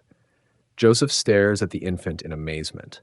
This tiny boy, helpless as any newborn, carries the hopes of Israel in his small fists. The carpenter's mind struggles to comprehend the paradox. God Almighty nursing at a teenage girl's breast, the creator of galaxies wrapped in strips of cloth torn from Mary's spare robe. Asher appears at the stable entrance carrying clean water and fresh cloth. His gruff exterior cannot hide the tears in his eyes. 40 years of innkeeping taught him to spot significant moments. This birth, however humble its circumstances, carries weight that will echo through centuries. Mary cleans her son with tender care, marveling at perfect tiny fingers and toes. Joseph fashions a bed from the feeding trough, lining it with the softest straw and covering it with Mary's veil. The manger, designed to hold food for animals, becomes the first throne for the bread of life. The baby settles into sleep, exhausted by his entrance into the world. Mary and Joseph watch over him in wondering silence. Outside, Bethlehem continues its restless night of overcrowded lodging and late arrivals. Inside the stable, the light of the world sleeps peacefully among the cattle, beginning his earthly journey in perfect humility. Heaven and earth meet in this moment. Angels gather unseen in the stable's shadows. All creation witnesses as love takes human form. Yet to passing strangers, this appears as nothing more than unfortunate travelers making the best of difficult circumstances. The greatest event in human history unfolds in complete obscurity. Shepherds in the night. The hills around Bethlehem roll gently under starlight. Ancient olive groves cast twisted shadows across limestone terraces. Sheep move slowly through the darkness, their woolly forms barely visible against the pale grass.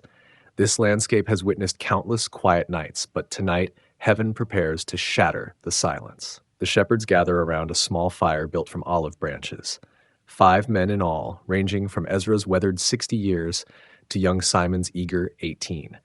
Their faces, burned brown by sun and wind, reflect the flames' glow. Rough hands warm themselves against the cool air while eyes scan the flock scattered across the hillside. These men know their trade. Generations of ancestors tended sheep on these same hills. David himself walked these paths as a boy, learning to face lions and bears with nothing but staff and stone.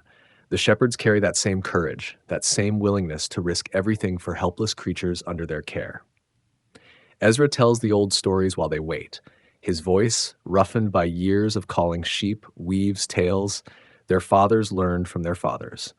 Stories of Abraham's promise, Isaac's sacrifice, Jacob's wrestling match with the angel, Moses leading flocks across desert wastes.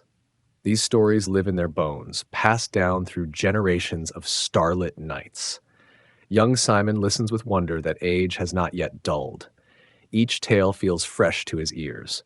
The promise of Messiah stirs his heart with hope. Surely God remembers his people's suffering under Roman boots. Surely deliverance comes soon. His older companions smile at such innocence, remembering when they too believed change might come quickly. The sheep settle into sleep around midnight. Their gentle breathing creates a soft chorus across the hillside.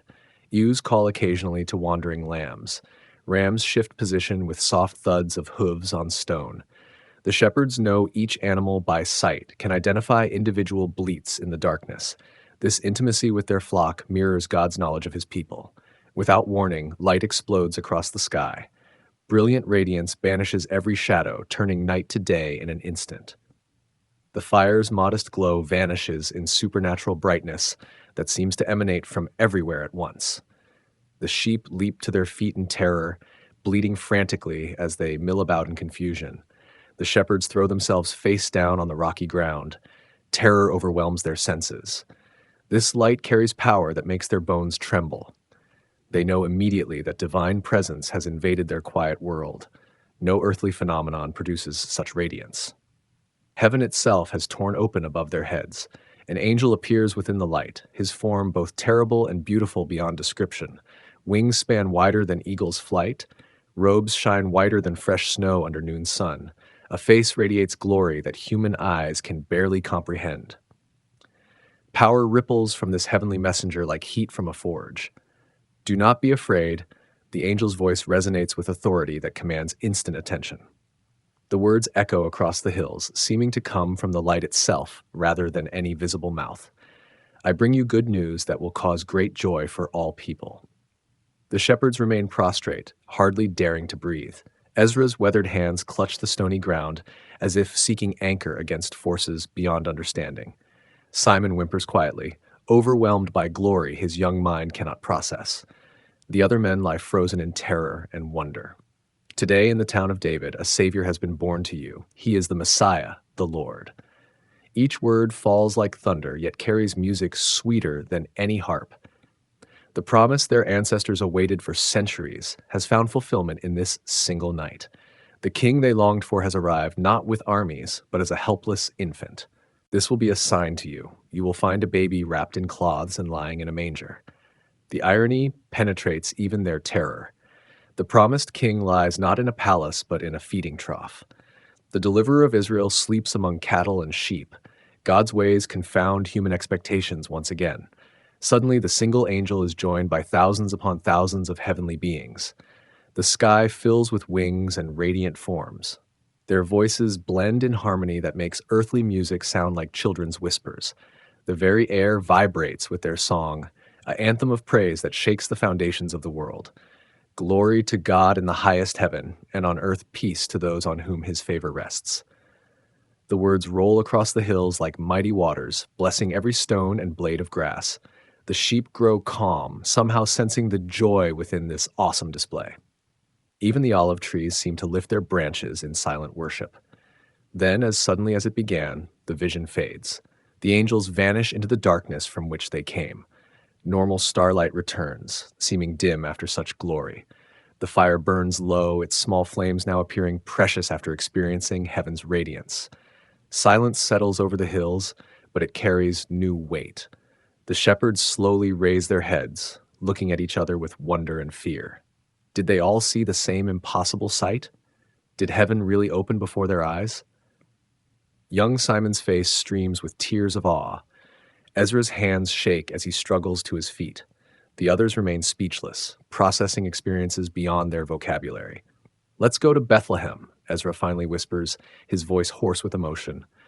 "Let's see this thing that has happened, which the Lord has told us about." The others nod silently. They gather their staffs and pouches, leaving the sheep in God's care. Tonight, they have more important business than tending flocks. They run through the darkness toward David's city, their hearts pounding with anticipation and lingering terror. Behind them, the sheep follow instinctively, sensing their shepherd's urgency. The little procession winds down the hillside toward Bethlehem, guided by starlight and angel words toward the stable where love lies sleeping in straw. The presentation at the temple. 40 days pass like whispered prayers. Mary counts each dawn with a mother's careful attention, watching her son grow stronger with every sunrise. The law of Moses marks this span as necessary for her purification, but deeper currents move beneath religious obligation. Heaven's schedule unfolds with perfect timing, preparing hearts for encounters that will echo through eternity. Jerusalem rises before them like a vision carved from golden stone. The Temple Mount dominates the cityscape, its massive walls reflecting morning light with divine intensity. Pilgrims stream through the gates from every direction, their voices creating a multilingual chorus of worship and commerce. Mary clutches her baby closer, overwhelmed by the city's power and majesty. Joseph carries two young doves in a wooden cage, their cooing creating a gentle soundtrack for this sacred journey. The law requires a lamb for those who can afford such luxury, but permits birds for families of modest means. The carpenter feels no shame in this economy. His treasure lies not in silver coins, but in the child Mary holds against her heart. The temple courts stretch vast and imposing around them. Marble columns support roofs that seem to brush the very heavens. Priests move through their duties with practiced efficiency, their white robes catching sunlight like promises of holiness. The smell of incense mingles with sacrificial smoke, creating an atmosphere thick with divine presence. Mary approaches the court of women with reverent steps. Other mothers wait with their own infants, fulfilling the same ancient obligations. Some carry elaborate offerings that speak of wealthy families. Others, like Mary, bring what they can afford. The law makes no distinction. God receives all offerings with equal pleasure when given from hearts filled with gratitude. The priest assigned to their ceremony appears tired from processing dozens of similar presentations. His movements follow memorized patterns as he accepts Joseph's doves and recites the prescribed blessings. But when his eyes fall on the baby in Mary's arms, something shifts in his demeanor. A puzzled expression crosses his weathered face, as if seeing something unexpected yet familiar. Near the temple's eastern wall, an elderly man named Simeon waits with unusual anticipation. For months, the Holy Spirit has whispered promises to his aged heart. Death will not claim him until his eyes behold the Lord's anointed. Today feels different. Today carries weight that makes his steps lighter and his heart beat faster with holy expectation. Simeon spots them immediately among the crowd. Something about this young couple draws his attention like iron to lodestone. The baby in the woman's arms seems to glow with inner light, though surely his old eyes play tricks. Yet the Spirit's whisper grows stronger, confirming what his heart already knows. The promise has arrived. With surprising speed for his advanced years, Simeon approaches Mary and Joseph. His eyes shine with tears of joy and wonder. Without explanation or introduction, he extends his arms toward the baby. Mary hesitates, uncertain about this strange old man's intentions, but something in his face speaks of holiness that deserves trust. Simeon cradles the infant with reverent care, his aged hands trembling slightly under the weight of divine encounter. Tears stream down his cheeks as he lifts the baby toward heaven. His voice, strengthened by spiritual power, carries across the temple courts in words that silence nearby conversations. Sovereign Lord, as you have promised, you may now dismiss your servant in peace, for my eyes have seen your salvation, which you have prepared in the sight of all nations, a light for revelation to the Gentiles, and the glory of your people Israel. Mary and Joseph stare in amazement. How does this stranger know their child's identity? What divine insight reveals secrets they have shared with no one? The baby rests peacefully in Simeon's arms, as if recognizing a kindred spirit chosen by God for this moment of recognition. Simeon blesses them both, his words carrying prophetic weight that settles like mantles on their shoulders. But then his expression grows solemn, and he addresses Mary directly. The temple noise fades as his voice takes on the cadence of divine revelation, speaking truths that will prove themselves in distant years. This child is destined to cause the falling and rising of many in Israel, and to be a sign that will be spoken against so that the thoughts of many hearts will be revealed, and a sword will pierce your own soul too. The words strike Mary's heart like physical blows. Joy mingles with sudden dread as she comprehends that her son's mission will demand a price beyond imagination. The old man's prophecy settles into her soul like seeds that will grow into understanding through years of watching and wondering and finally grieving. Before they can fully process Simeon's words, another figure approaches. Anna, a prophetess of incredible age, has spent decades in the temple courts. Widowed after only 7 years of marriage, she devoted her remaining years to prayer and fasting. Now 84, she rarely leaves the sacred precincts, finding her joy in worship and intercession. Anna's ancient eyes sparkle with recognition as she sees the baby. Like Simeon, she needs no introduction or explanation. The Spirit reveals what flesh cannot perceive. She begins praising God with a voice strengthened by years of prayer, speaking to all who will listen about redemption and hope fulfilled. Word spreads quickly through the temple courts. People gather to see this child who has stirred such response from two respected saints. Some listen with wonder to Anna's proclamations. Others dismiss the episode as enthusiasm from elderly minds. But seeds of testimony are planted that will grow in fertile hearts. Mary treasures all these words in her heart, pondering their meaning like a scholar studying sacred texts. Each prophecy adds weight to her understanding of the path ahead. Her son's life will bring both glory and sorrow, joy and piercing pain. The sword Simeon mentioned will find its mark in years to come, but for now she holds close the promise of salvation seen and proclaimed. Joseph completes the required ceremonies, offering their doves and receiving the priest's blessing. But his mind remains fixed on the encounters with Simeon and Anna. God continues to confirm his son's identity through voices he never expected. Each confirmation strengthens his resolve to protect and nurture this child whose destiny spans eternity. They leave Jerusalem carrying more than they brought. The baby sleeps peacefully, unaware of the prophecies spoken over his tiny form. But Mary and Joseph walk with new understanding of the weight they carry. Their son belongs not just to them, but to all nations. His light will shine in darkness, revealing hearts and dividing souls according to their response to truth. The road back to Bethlehem stretches before them under afternoon sun. Behind them, the temple continues its ancient rhythms of sacrifice and worship. But today has marked a turning point in salvation's story.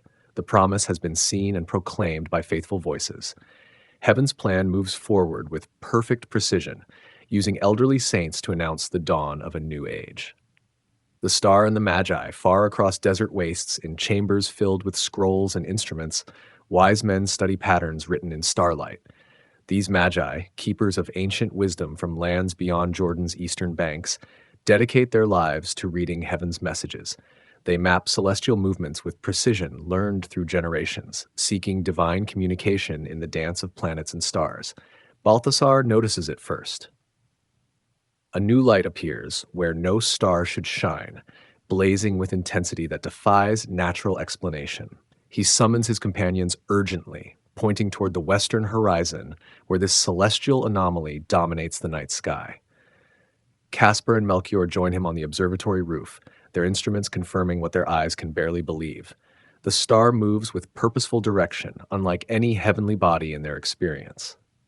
Its light carries colors that shift and swirl like liquid fire. Ancient texts describe such phenomena, but the Magi never expected to witness divine communication so direct and unmistakable.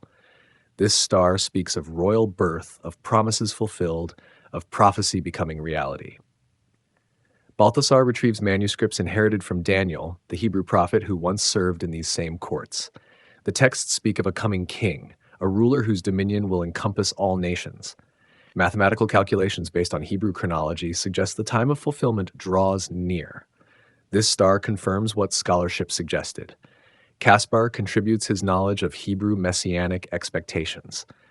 Years of correspondence with Jewish scholars taught him about their longing for deliverance, their prophecies of a king from David's line. The star's appearance over Judean territory cannot be coincidental. Heaven announces the birth of Israel's promised ruler through signs that transcend national boundaries. Melchior, youngest of the three but deepest in mystical understanding, sees beyond political implications. This birth carries cosmic significance. The star's light speaks of divine incarnation, of heaven touching earth in unprecedented intimacy. Kingdoms may rise and fall, but this event will reshape spiritual reality itself. Their preparations consume weeks of careful planning. Gifts must reflect the significance of their mission. Gold befits a king, demonstrating recognition of royal authority. Frankincense honors divinity, acknowledging this child's connection to heaven itself. Myrrh speaks of mortality, prophetically recognizing the sorrow that shadows even divine missions. The caravan stretches across a mile of desert road. Camels carry supplies for the lengthy journey, their bells creating music that mingles with merchants' calls and servants' conversations. Armed guards protect against bandits who prey on wealthy travelers. The Magi spare no expense in honoring the child their studies have revealed. Night after night, the star guides their progress westward. Its light never dims, never wavers, never leads them astray. Local guides abandon their services when they realize this stellar beacon surpasses human knowledge. The Magi continue alone, trusting celestial navigation that conventional wisdom cannot comprehend. Weeks pass before Jerusalem's walls rise before them like promises carved in stone. The star hovers directly above the holy city, its light seeming to pulse with anticipation. Citizens stare in wonder at this strange caravan following heaven's guidance. Never before have Eastern sages sought Hebrew kings guided by supernatural signs. The Magi request immediate audience with Herod, expecting to find celebrations surrounding the new prince's birth. Instead, they encounter confusion and growing alarm. Herod knows nothing of any royal birth. His counselors exchange worried glances when questioned about messianic prophecies. Something in the king's reactions suggests danger they never anticipated. Herod's paranoia ignites like kindling touched by flame. Another king, a rival to his throne? The title King of the Jews belongs to him alone, granted by Roman authority and maintained through ruthless efficiency. These foreign sages speak of threats to everything he has built through decades of careful maneuvering. The chief priests and teachers of the law hurry to the palace when summoned. Their scrolls confirm what the Magi suggest. Micah's prophecy points to Bethlehem as the birthplace of Israel's ruler. The timing aligns with other messianic expectations. What seemed impossible now appears inevitable. Herod's response chills the palace atmosphere. His smile carries no warmth when he addresses the Magi privately. Go and search carefully for the child. As soon as you find him, report to me, so that I too may go and worship him. The words drip with false piety that barely conceals murderous intent. The star resumes its movement when the Magi leave Jerusalem, leading them south toward David's ancient city. Their hearts lift with renewed joy as heaven's guidance continues, despite Herod's disturbing reaction. Perhaps the king's confusion merely reflects surprise rather than hostility. Surely he will rejoice when presented with evidence of divine favor. Bethlehem appears small after Jerusalem's grandeur, but the star's light makes every stone precious. The celestial beacon stops directly above a modest house where Joseph has found temporary lodging. The Magi's hearts pound with anticipation as they approach the dwelling that holds the treasure they have traveled so far to find. Mary opens the door to find 3 richly dressed foreigners kneeling in her courtyard. Their exotic features and elegant robes speak of distant lands and great wealth. Yet, their humble posture demonstrates reverence that transcends cultural boundaries. Somehow, these strangers recognize what her own people have yet to understand. The baby, now several months old, sits in Mary's lap as the Magi present their gifts. His bright eyes study these visitors with curiosity beyond his years. When Balthasar offers the gold, the child reaches toward the precious metal with tiny fingers that seem to accept the tribute as naturally as breathing. The Magi worship with tears streaming down their faces. Months of travel, years of study, lifetimes of seeking have led to this moment of divine encounter. The child they kneel before appears as any healthy baby, yet their spirits recognize the presence that will transform human history. Mary and Joseph accept the gifts with wonder and gratitude. The gold alone represents more wealth than Joseph could earn in years of carpentry. These treasures speak of divine provision for the challenges ahead, resources that will prove essential for journeys they cannot yet imagine. That night, the Magi receive warning in dreams. The same divine voice that guides through stars also speaks through sleep, revealing Herod's true intentions. They must return home by another route, avoiding the suspicious king who seeks the child for destruction rather than worship. Before dawn breaks, the eastern sages begin their homeward journey through unfamiliar paths. Behind them, Bethlehem sleeps peacefully, unaware of the danger gathering in Jerusalem's palace. The star fades with the morning light, its mission accomplished, its message delivered to hearts prepared to receive divine revelation. The flight into Egypt, sleep, brings no peace to Joseph's troubled mind. The carpenter tosses restlessly on his simple bed, haunted by the Magi's sudden departure and their whispered warnings about Herod's true intentions. Something feels terribly wrong. The eastern sages who traveled so far to worship his son fled Bethlehem like men escaping unseen danger. Near midnight, divine intervention shatters his fitful rest. An angel appears in brilliant light, the same messenger who once assured him of Mary's innocence and his calling as Jesus' earthly father. The heavenly being's expression carries urgent gravity that makes Joseph's blood run cold. Get up, take the child and his mother, and escape to Egypt. Stay there until I tell you, for Herod is going to search for the child to end his life. The words strike Joseph like physical blows. The baby sleeping peacefully beside Mary faces mortal danger from the very king who should welcome Israel's deliverer. Joseph shakes Mary awake, his rough hands gentle but insistent. Her eyes flutter open in confusion, then widen with alarm as she sees his frightened expression. "We must leave immediately," he whispers urgently. Herod seeks to harm Jesus. An angel commanded our escape to Egypt. Mary's maternal instincts respond instantly. She wraps Jesus in warm cloths while Joseph gathers their few possessions. The gold, frankincense, and myrrh from the Magi suddenly reveal their providence. God provided resources for this desperate flight through the generous hearts of Eastern seekers. The donkey stands patiently as Joseph loads their belongings by moonlight. Every sound seems amplified in the darkness. A dog's bark makes him freeze in terror. Footsteps on nearby streets could signal soldiers approaching. Paranoia grips his heart as he realizes how vulnerable they truly are. Mary climbs onto the donkey with Jesus held tightly against her chest. The baby fusses briefly at being disturbed, then settles back into sleep. His peaceful expression contrasts sharply with his parents' fear. Divine protection surrounds him, even as human hatred gathers for attack. They slip through Bethlehem's quiet streets like shadows fleeing light. No one stirs in the surrounding houses. Families sleep peacefully, unaware that the Prince of Peace passes silently among them, seeking refuge from a king's murderous jealousy. History's most important escape begins without witnesses. The road to Egypt stretches southward through barren hills and desert valleys. Joseph knows the route from merchant tales, but traveling it with a young wife and infant child presents challenges he never imagined. Bandits prey on vulnerable travelers. Wild animals hunt in darkness. Water sources lie far apart across hostile terrain. Dawn finds them miles from Bethlehem, but Joseph pushes forward without rest. Behind them, Herod's soldiers may already be searching house by house for the child described by Eastern visitors. Every moment of delay increases their danger. The donkey plods steadily onward, its hooves marking time against eternity's urgency.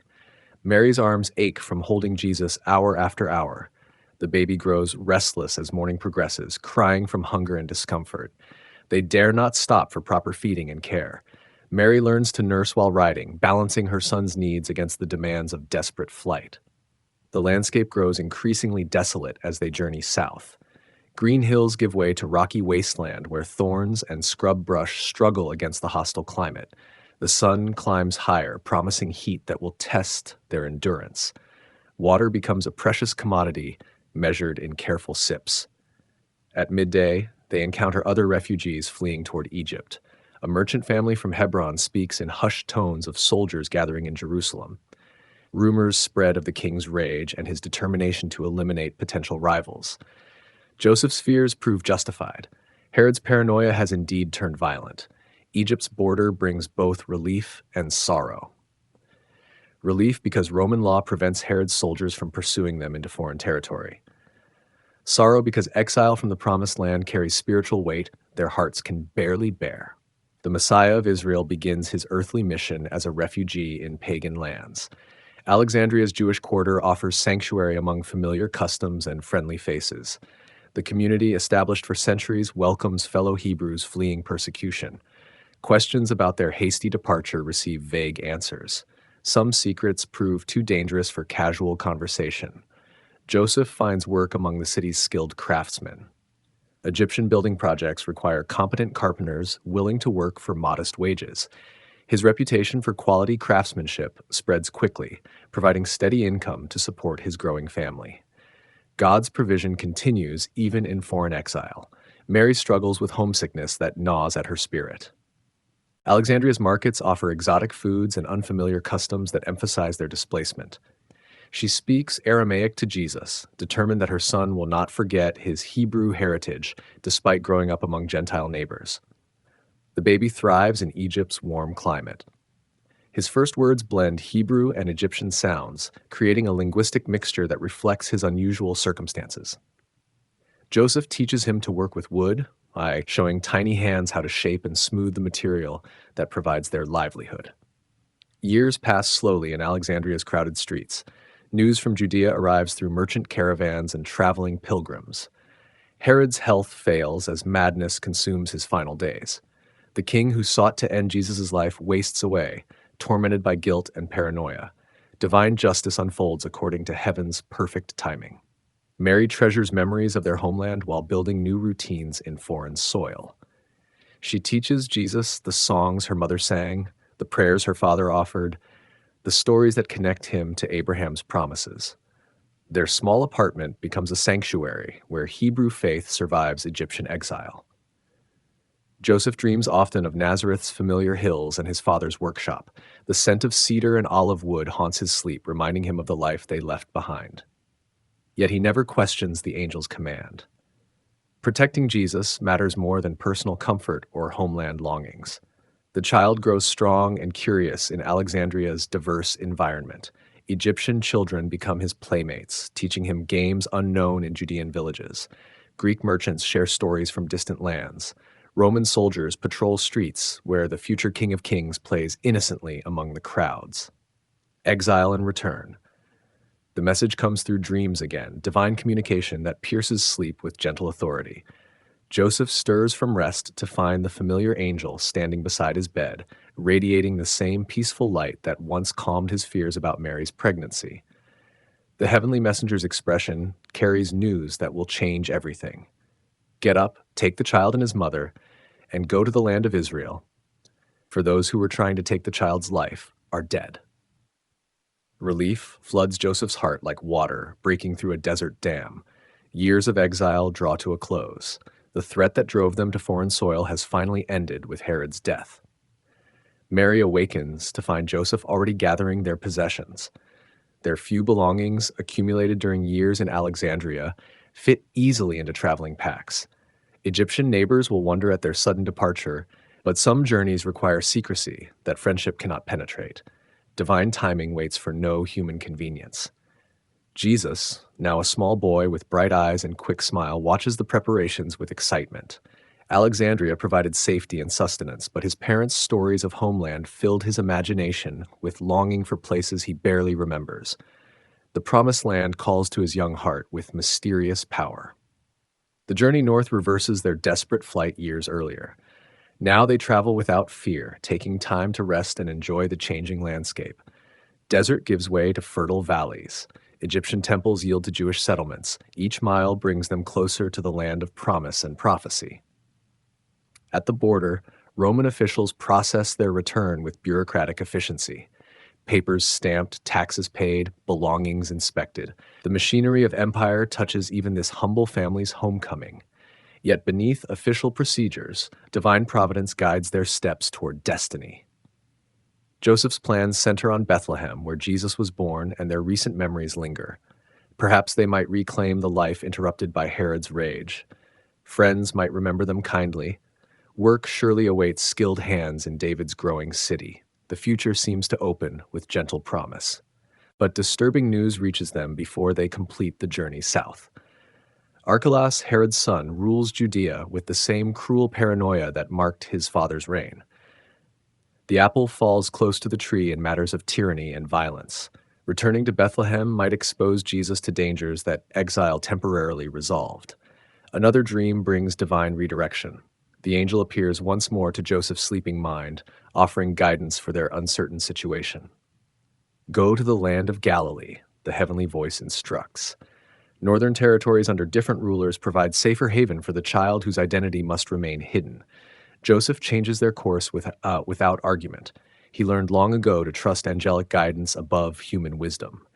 If God directs their steps toward Galilee, then Galilee holds their future. Mary accepts the decision with equal faith, though her heart hoped for familiar Bethlehem surroundings. Galilee's hills rise green and welcoming after Egypt's flatness. Springs bubble with clear water, olive groves shimmer in morning light. The land flows with milk and honey, just as ancient promises described. Jesus runs ahead on the mountain paths, laughing with joy at freedom and space and fresh air. Nazareth appears exactly as Mary remembered. Small houses cluster around central wells. Narrow streets wind between family compounds. Gardens overflow with vegetables and flowers. The village maintains its peaceful rhythm despite years of political turmoil in distant capitals. Home calls to their hearts with irresistible sweetness. Mary's relatives welcome them with tears of joy and relief. Questions about their long absence receive careful answers. The family's carpenter skills find immediate demand among neighbors who remembered Joseph's quality work. Normalcy returns like dawn after a long night of uncertainty and fear. Jesus explores his mother's childhood haunts with endless curiosity. The well where Mary drew water becomes his favorite gathering spot. Hills where she walked as a girl echo with his laughter. The synagogue where she learned Torah becomes his classroom for understanding God's promises to Israel. Joseph reestablishes his workshop with tools recovered from storage and skills sharpened by Egyptian experience. His reputation grows quickly among Galilee's building projects. Quality craftsmanship earns respect and steady income. Providence continues providing for their simple needs through honest labor. The boy helps in the workshop, small hands learning to shape wood under patient guidance. Joseph teaches him the satisfaction of creating useful things from raw materials. These lessons in craftsmanship prepare Jesus for understanding divine creativity on scales beyond human imagination. Mary resumes relationships with childhood friends, sharing carefully edited accounts of their journey. The gold from Eastern visitors provided resources for Egyptian years, but its supernatural origin remains secret. Some mysteries prove too sacred for casual conversation, even among trusted companions. Nazareth's rhythm embraces them like an old song remembered after years of silence. Sabbath worship in the synagogue where Mary's father once served, market days with familiar vendors and seasonal produce, festival celebrations that mark time according to God's calendar rather than human convenience. Yet something has changed during their absence. Jesus carries himself differently from other village children. His questions probe deeper into Scripture's meaning. His observations reveal wisdom beyond his years.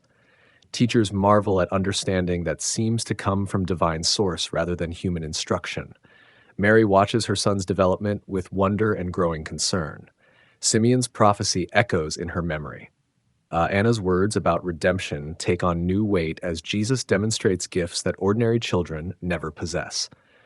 The sword mentioned in the temple begins to glimmer with future reality. Joseph notices changes too. Jesus works with unusual skill for such young hands. His understanding of carpentry principles surpasses normal learning patterns. Tools seem to respond to his touch with supernatural cooperation. The creator of all things learns earthly crafts from human instruction while possessing divine knowledge that needs no teacher. Neighbors comment on the family's good fortune. Joseph's business thrives. Mary appears happy and content. Their son shows promise of becoming an exceptional young man. The surface appearance masks deeper currents that flow according to heaven's mysterious purposes. At night, when Nazareth sleeps peacefully under Galilee's stars, Mary and Joseph sometimes speak in whispers about their extraordinary journey. Egypt provided refuge when needed. The return came at perfect timing.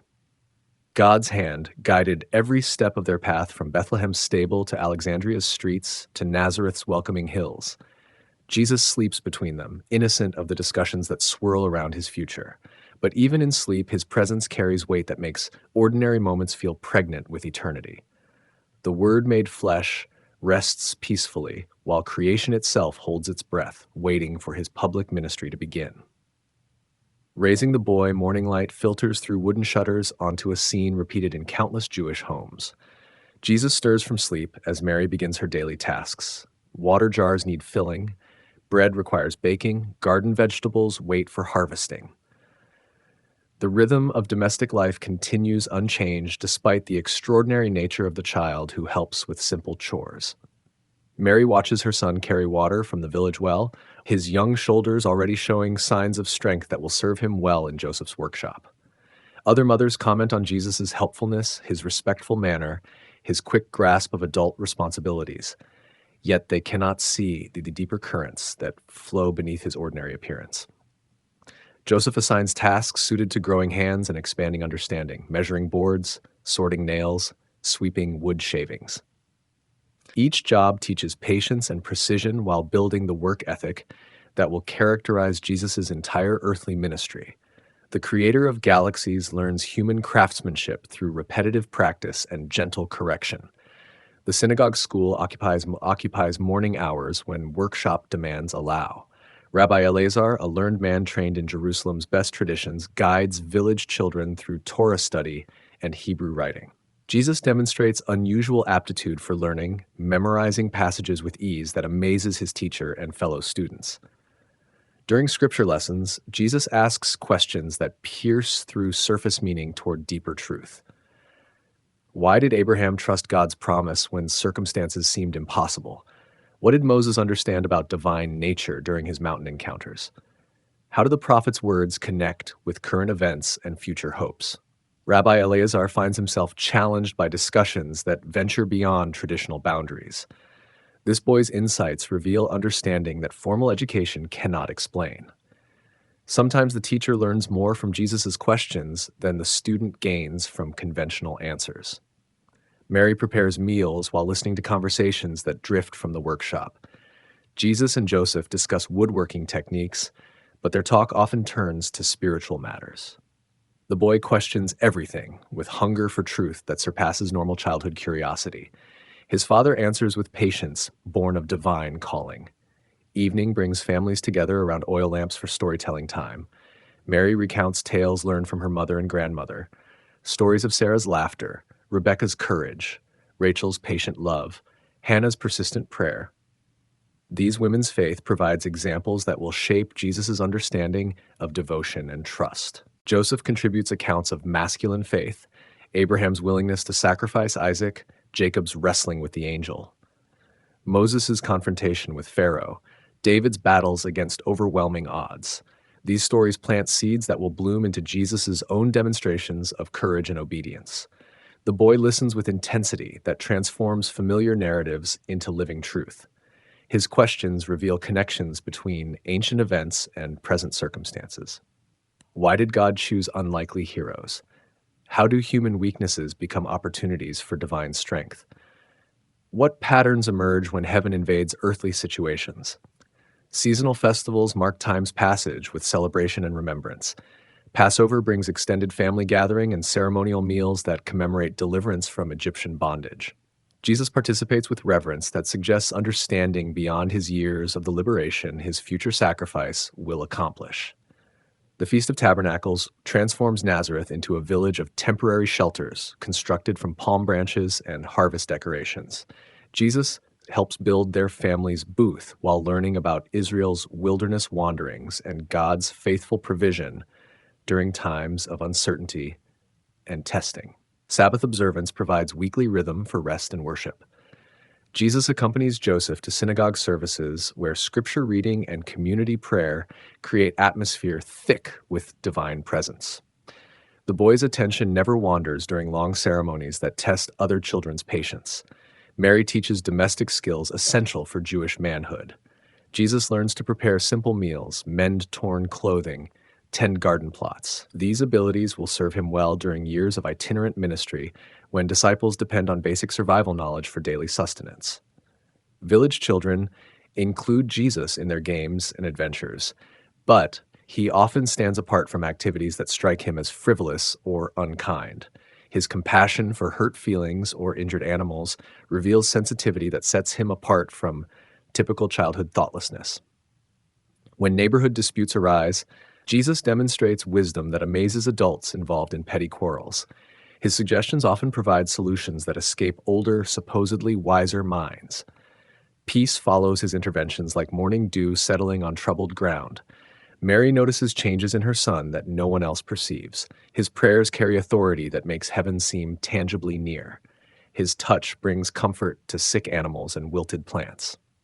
His presence calms anxiety and fear in ways that transcend normal human influence. Joseph observes Jesus' work habits with growing wonder. The boy completes tasks with efficiency that defies his age. His measurements prove accurate without double-checking. His cuts fall perfectly straight without marking guides. Supernatural skill enhances natural talent in ways that hint at divine identity. Summer evenings find the family sitting in their courtyard, watching stars emerge in Galilee's clear sky. Jesus asks questions about creation's vastness that reveal understanding of cosmic scales beyond earthly experience. His comments about distant lights suggest familiarity with realms no human child could know. Mary treasures these conversations in her heart, adding them to the growing collection of memories that testify to her son's extraordinary nature. Each day brings new evidence of divinity wrapped in humanity, of infinite wisdom expressed through childlike wonder and questions. The boy's reputation spreads slowly through surrounding villages. Merchants visiting Joseph's shop comment on the young assistant's unusual abilities. Rabbis exchange stories about the Nazareth child whose insights illuminate difficult passages. Fame grows quietly, like seeds planted in fertile ground. Yet, Jesus remains remarkably humble despite recognition of his exceptional gifts. He serves without complaint, learns without pride, helps without expectation of reward. His character reflects perfect balance between confidence and humility that will mark his adult ministry. As Jesus approaches his 12th birthday, Mary and Joseph sense approaching changes they cannot fully understand. Their son stands on the threshold of Jewish manhood, ready to assume adult responsibilities and privileges. But deeper transformation waits beyond traditional coming-of-age ceremonies. The workshop continues its familiar rhythm of sawing and hammering, measuring and joining. Father and son work side by side, creating furniture and tools that will serve their neighbors for years to come. Yet both sense that these peaceful days of preparation draw toward a close that will change everything forever. The lost child in the temple spring arrives in Galilee with wildflowers carpeting the hills and pilgrims gathering for the journey to Jerusalem. Passover calls to Jewish hearts across the world, summoning them toward the holy city, where temple sacrifices commemorate deliverance from Egyptian bondage. Mary and Joseph prepare for their annual pilgrimage with special anticipation. This year, Jesus will participate as a young man approaching the threshold of religious maturity. The caravan from Nazareth swells with familiar faces. Extended families travel together for safety and companionship. Loaded donkeys carry supplies for the week-long journey and festival stay. Children run between the adults, excited by adventure and freedom from normal routines. The atmosphere buzzes with holiday joy and spiritual expectation. Jesus walks with the men now, his 12 years earning him a place among those who discuss scripture and debate religious questions. Joseph watches with pride as his son engages learned companions in conversations that reveal growing wisdom and spiritual insight. The boy's questions probe deeper into Torah meaning than most adults venture. Mary travels with the women, sharing news and recipes while keeping watch over younger children, yet her eyes frequently seek Jesus among the men's group ahead.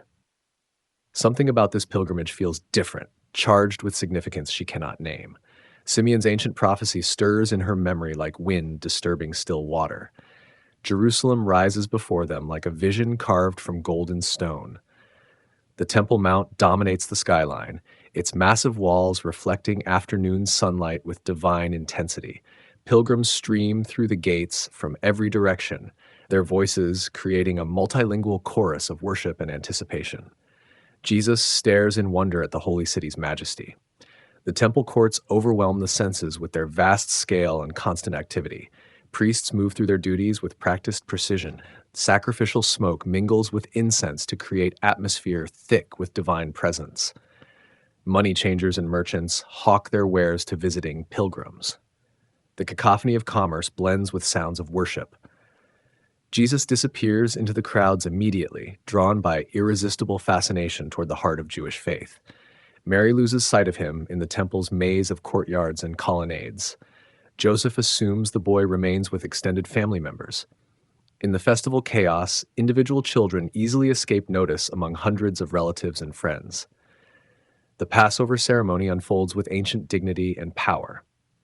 Lambs are selected and sacrificed according to Moses' instructions. Families gather for ritual meals that commemorate divine deliverance. Jesus participates with reverence that suggests understanding far beyond his years of the redemption his own future sacrifice will accomplish. 3 days pass in celebration and worship before the Nazareth caravan prepares for homeward travel. Families pack their belongings and gather children for the long journey north. Mary expects to find Jesus among Joseph's group. Joseph assumes the boy travels with Mary's companions. Neither realizes their son remains behind in Jerusalem. A full day's journey passes before Mary and Joseph discover Jesus' absence. Panic grips their hearts as they realize their most precious responsibility has vanished somewhere along the crowded roads between Jerusalem and home. They question every family member, search every group, but no one remembers seeing Jesus since the festival ended. Terror and guilt war in their minds as they retrace their steps toward Jerusalem. How could they lose the child entrusted to their care? What if bandits captured him? What if he lies injured somewhere along the roadside? Every shadow might hide danger. Every stranger could bring news of disaster. The return journey stretches endlessly under their burden of fear and self-recrimination. Mary weeps as she walks, imagining every possible catastrophe that might have befallen her son. Joseph's face hardens with determination to find Jesus, regardless of cost or consequence. The child promised by angels cannot simply disappear without divine purpose. Jerusalem's gates welcome them back into the holy city's chaotic embrace. They begin their search immediately, visiting every inn, market, and gathering place where a lost child might seek shelter or assistance. Vendors shake their heads sympathetically. Innkeepers offer vague suggestions. The city swallows individual searches in its vast indifference. 3 days of frantic seeking yield no trace of Jesus. Mary's eyes grow hollow with sleepless worry. Joseph's voice grows hoarse from calling his son's name through crowded streets. Hope fades with each passing hour. Their worst fears seem increasingly likely to prove true. On the 3rd day, desperation drives them back to the temple courts they had searched repeatedly. Perhaps they missed some corner, some alcove, where a lost child might find refuge. The familiar courtyards offer their last hope before accepting the unthinkable truth of permanent loss. Near the temple's center, in the court where teachers gather to discuss scripture with visiting scholars, they discover an unusual crowd. Learned rabbis sit in a circle, their faces animated with excitement and wonder. In their midst sits a boy whose voice carries authority far beyond his years. Mary's heart leaps with recognition before her eyes confirm the impossible sight. Jesus engages these masters of Jewish law in theological discussions that leave them amazed by his insights and questions. His understanding of Scripture surpasses formal education. His interpretations illuminate passages that have puzzled scholars for generations. The teachers lean forward eagerly, hungry to hear more from this remarkable young man. Mary pushes through the crowd with maternal fury, born of 3 days' terror. Relief mingles with anger as she reaches her son's side. "Child, why have you treated us like this? Your father and I have been anxiously searching for you." Her voice shakes with emotion that encompasses joy, relief, and justifiable indignation. Jesus looks up with surprise that seems genuine. "Why were you searching for me? Didn't you know I had to be in my Father's house?" The words pierce Mary's heart with their implications. This boy, whom she carried in her womb and nursed at her breast, claims relationship with God that transcends human family bonds. The teachers stare in amazement as they realize this remarkable student belongs to the anxious parents before them. How can such wisdom emerge from humble Galilean origins? What divine providence produces such understanding in one so young? Their assumptions about education and spiritual insight require complete revision. Jesus rises and follows Mary and Joseph without further argument, leaving behind the astonished rabbis who will discuss this encounter for years to come. His obedience returns immediately, despite his earlier independence. The boy who claimed divine sonship submits to human parental authority with perfect grace. The journey home passes in relative silence. Mary ponders Jesus' words about his Father's house, adding them to the treasury of memories that testify to his extraordinary nature. Joseph wrestles with new understanding of their son's developing awareness of his divine identity and mission. Jesus returns to normal childhood routines as if the temple incident never occurred. He helps in the workshop, participates in family activities, shows respect for his parents' authority. Yet something has shifted in the household dynamic. The boy's divine consciousness has emerged into awareness that changes everything while changing nothing. Mary treasures all these things in her heart, weaving them into the pattern of understanding that will sustain her through the difficult years ahead. Her son belongs to God in ways that motherhood cannot claim or control. The child she raised with such care prepares for a mission that will take him far beyond family boundaries into realms of cosmic significance. The silent years, Nazareth settles into familiar rhythms after the temple incident, but something has shifted in the carpenter's household. Jesus returns to his daily tasks with renewed purpose, as if his brief independence in Jerusalem awakened understanding that transforms ordinary activities into preparation for extraordinary calling. The workshop echoes with sounds of learning and labor blended into harmony. Joseph teaches with patient dedication, passing skills learned from his own father and grandfather. Plane shavings curl from seasoned wood, chisels carve precise joints that will endure for generations. Jesus absorbs these lessons with hands that seem born to create, yet his questions reveal thinking that extends far beyond carpentry's practical concerns. The business grows as Jesus' contributions increase. Neighbors commission tables, chairs, and storage chests that demonstrate exceptional craftsmanship. Word spreads through surrounding villages about the Nazareth workshop, where quality rivals work produced in larger cities. Father and son labor side by side, building reputation along with furniture. Mary manages household responsibilities while watching her son mature into manhood. His physical strength develops rapidly under workshop demands. Shoulders broaden, arms grow muscled, hands develop the calluses that mark skilled craftsmen. Yet his gentle spirit remains unchanged despite increasing physical power. Village life provides rhythm for Jesus' development. Market days bring contact with merchants and travelers who carry news from distant regions. Sabbath services offer opportunities for scripture study and community worship. Seasonal festivals mark time's passage with celebration and remembrance. Jesus participates in all normal activities expected of young Jewish men. He helps with harvests, attends weddings, joins friends for fishing expeditions on Galilee's waters. Yet observers notice qualities that set him apart from his peers: wisdom beyond his years, compassion that extends to all creatures, peace that calms troubled situations. The synagogue benefits from Jesus' regular attendance and thoughtful contributions to discussions. Rabbi Eleazar relies increasingly on the young carpenter's insights to illuminate difficult passages. Other students listen respectfully when Jesus speaks, sensing authority that transcends formal education. Mary's relatives comment frequently on Jesus' exceptional character. Uncles and cousins praise his helpfulness and respect for elders. Aunts admire his courtesy and gentle treatment of women and children. The extended family takes pride in this remarkable young man who brings honor to their humble clan. Joseph's health begins showing signs of the hard physical labor that has sustained their family through decades of honest work. His movements slow slightly. His breathing grows labored during strenuous tasks. Jesus quietly assumes greater responsibility for demanding projects, sparing his aging father unnecessary strain. The transition happens gradually, almost imperceptibly. Jesus' role in the workshop expands from helper to partner to primary craftsman. Customers begin asking specifically for work from young Joseph's son. The business continues thriving under leadership that combines inherited skill with divine wisdom. Community respect for Jesus grows as his reputation spreads beyond carpentry into areas of spiritual insight and practical wisdom. People seek his advice for family disputes. Young men ask his counsel regarding marriage and career decisions. Even village elders value his perspective on matters requiring careful judgment. Yet Jesus remains remarkably humble despite growing recognition.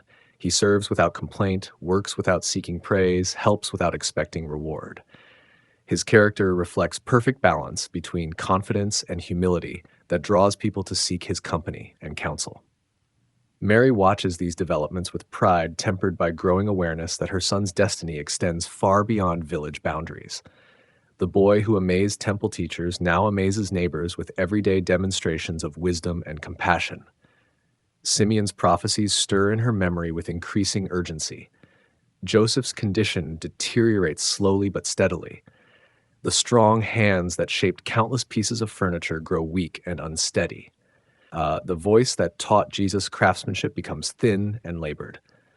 Father and son spend long evenings together, sharing memories and preparing for inevitable separation. Jesus cares for his ailing father with devotion that moves the entire village. He adjusts workshop schedules to accommodate Joseph's limited energy, arranges cushions for comfort during rest periods, prepares special foods that might encourage appetite and strength. Love expresses itself through countless small acts of service. The carpenter's illness brings neighbors who offer help and encouragement. Women arrive with prepared meals. Men volunteer assistance with demanding projects. Children visit to share news and laughter that brightens Joseph's darkening days. The community embraces this family that has enriched their lives through years of faithful service. Mary divides her attention between nursing her husband and managing household responsibilities. Jesus supports her efforts while maintaining business operations that provide their modest income. The young man demonstrates remarkable ability to balance competing demands without neglecting any essential duty. Evening conversations between father and son take on special poignancy as Joseph's strength fades. The carpenter shares stories of Jesus' childhood that Mary never heard.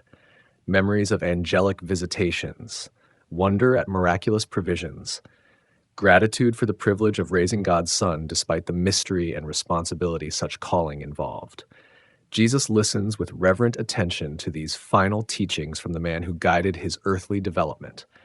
Joseph's words carry weight accumulated through years of faithful obedience to divine calling. Practical wisdom blends with spiritual insight to create legacy that will influence the Savior's future ministry. The workshop continues operating despite Joseph's declining participation. Jesus completes orders with skill that equals or surpasses his father's finest work. Customers express satisfaction that borders on amazement. The business reputation remains untarnished during this difficult transition period. Mary finds comfort in Jesus' steady presence and capable management of their situation. Her son anticipates needs before she expresses them, provides strength when her courage wavers, maintains hope when circumstances seem overwhelming. His maturity during crisis reveals character that will sustain him through greater trials ahead. Joseph's final weeks bring peaceful acceptance of approaching death. He expresses no regrets about choices made in obedience to heavenly messengers, no bitterness towards circumstances that required exile and hardship, only gratitude for years spent serving the Almighty's purposes through humble carpentry and faithful fatherhood. The village prepares for losing one of its most respected citizens. Joseph's reputation for honesty and quality work created relationships that transcended mere business transactions. His gentle spirit and wise counsel touched lives throughout the region. The community grieves, anticipating the void his death will create. Jesus spends increasing time at his father's bedside as the end approaches. They pray together, using words learned in the workshop and around family meals. Share memories that span from Egypt's exile to Nazareth's peaceful years. Express love that deepened through shared labor and mutual respect. Mary joins these intimate moments when household duties allow. Her husband's approaching death revives memories of their extraordinary courtship and marriage. The young woman who trusted angelic promises now faces widowhood with the same faith that sustained her through earlier trials. Joseph's breathing grows shallow and irregular as his earthly journey nears completion. His eyes fix on something beyond the room's physical boundaries. Peace settles over features marked by years of honest labor and faithful service. The man chosen to raise the Messiah prepares to meet the God he served so faithfully. The final moment arrives quietly, without drama or struggle. Joseph simply stops breathing during an afternoon nap, his face reflecting peace that surpasses understanding. Jesus closes his father's eyes with gentle hands that learned their skill under Joseph's patient guidance. The earthly father's mission ends as the heavenly father's plan continues unfolding. Joseph's death. The workshop grows quiet as evening settles over Nazareth. Wood shavings carpet the floor where Joseph once moved with steady hands, crafting tables and doorframes for neighbors who trusted his work. Time has carved lines across his weathered face, and his shoulders bear the weight of decades spent shaping timber into useful things. Joseph's breathing comes slower now. The man who once carried heavy beams struggles to lift himself from his simple bed. Mary moves beside him with gentle care, her own hair touched silver by the passing years. She watches her husband with eyes that hold the memory of their shared journey. From that first bewildering night, when an angel spoke his name, to this quiet moment where words seem unnecessary. The carpenter's hands rest still upon the blanket, these same hands that guided Jesus through his first attempts at joining wood, that taught him to feel the grain and respect the tree's natural strength. Joseph's legacy lives not only in the furniture scattered throughout Nazareth, but in the patient way he showed a young boy how to create something lasting from raw material. Jesus sits close to his earthly father's bedside.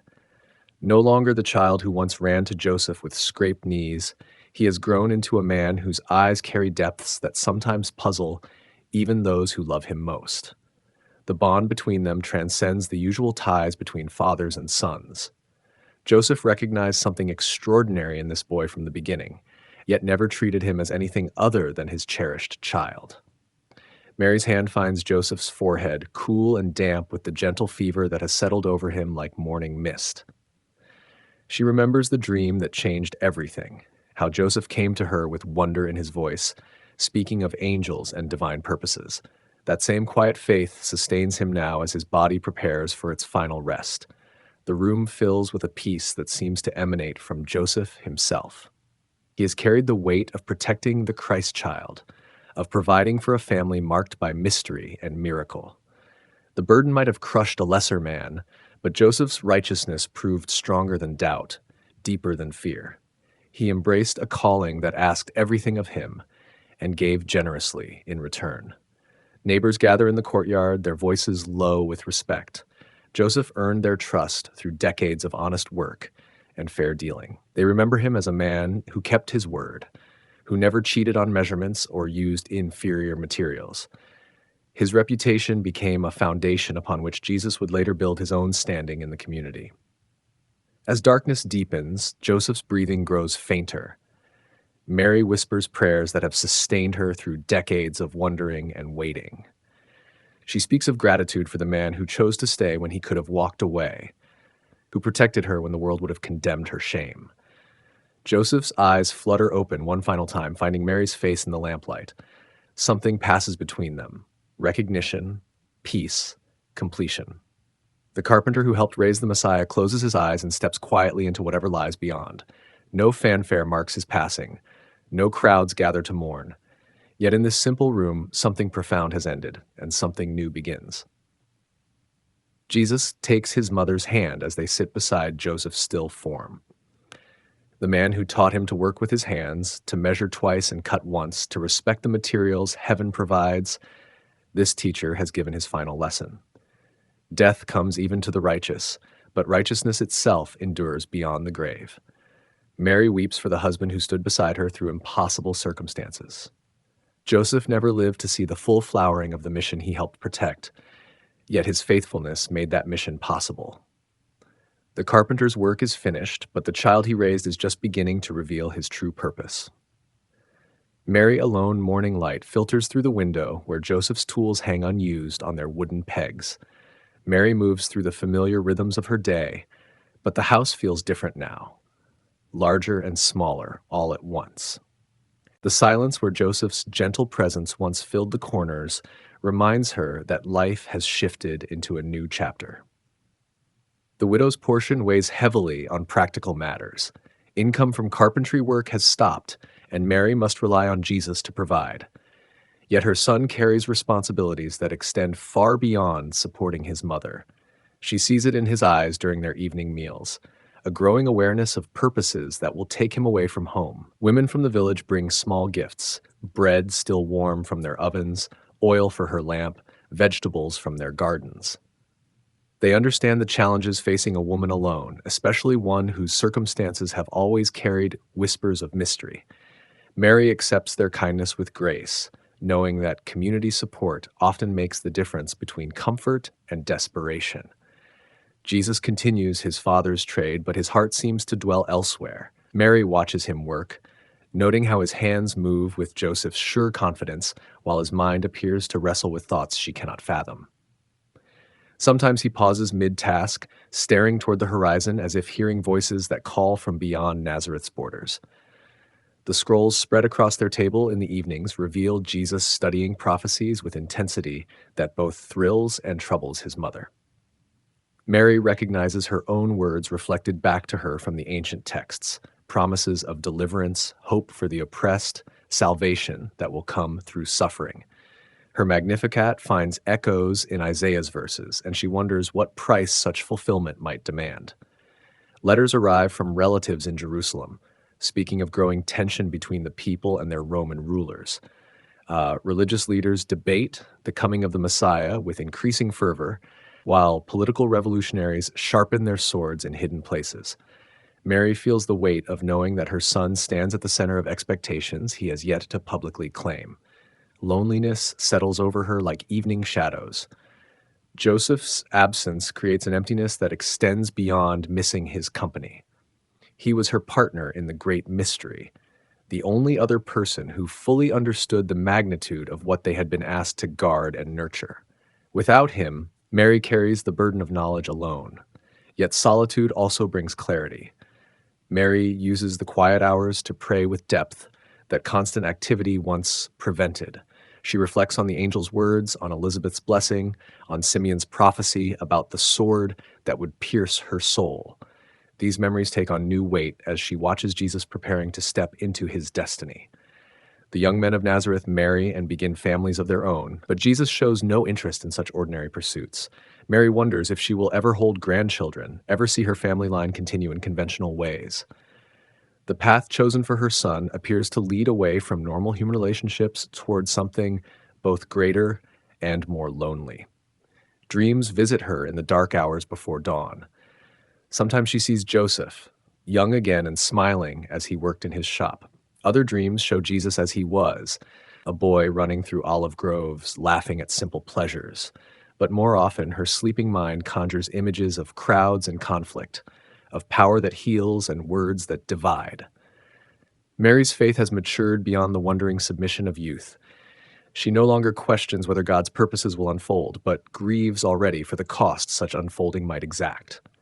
Love for her son mingles with growing dread as signs multiply that his public ministry draws near. The house that once rang with Joseph's gentle laughter and Jesus' boyish chatter now holds mostly silence. Mary fills the quiet spaces with memories of better days and prayers for whatever days remain.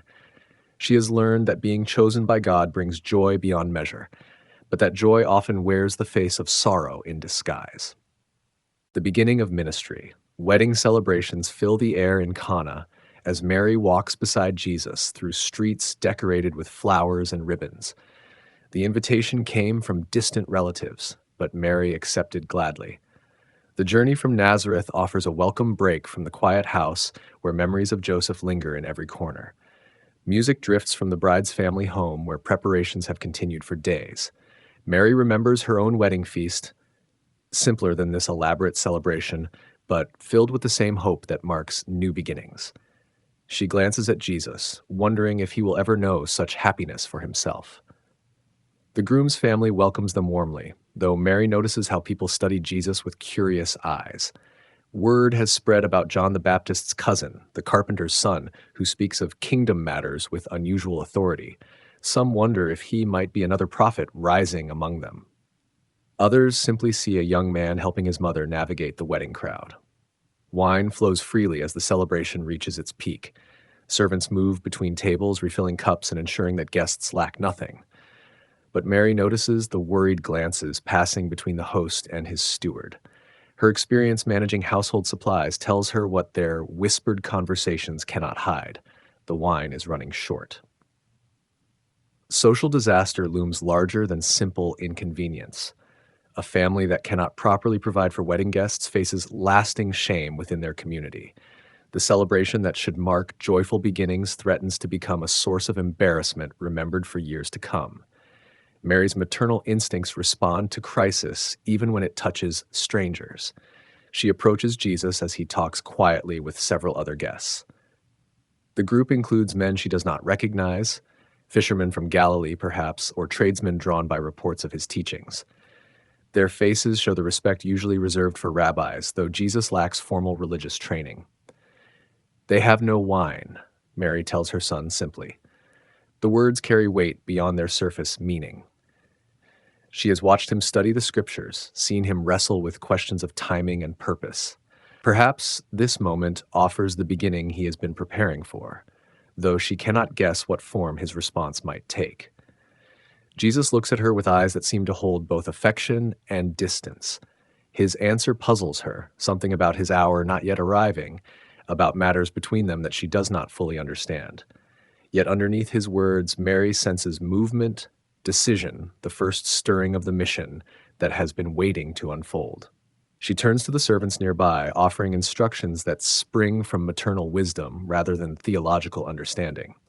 "Do whatever he tells you," she says, then steps back to watch what happens next. Mary's faith has always preceded her comprehension, and this moment proves no different. Jesus approaches the stone jars used for ceremonial washing. Each vessel holds 20 or 30 gallons, enough water to serve ritual purification for many families. He speaks quietly to the servants, who begin filling the containers to their brims with fresh water drawn from the well. What happens next defies natural explanation. Jesus offers no dramatic gestures, speaks no lengthy prayers. He simply instructs the servants to draw from the jars and take the contents to the steward for approval.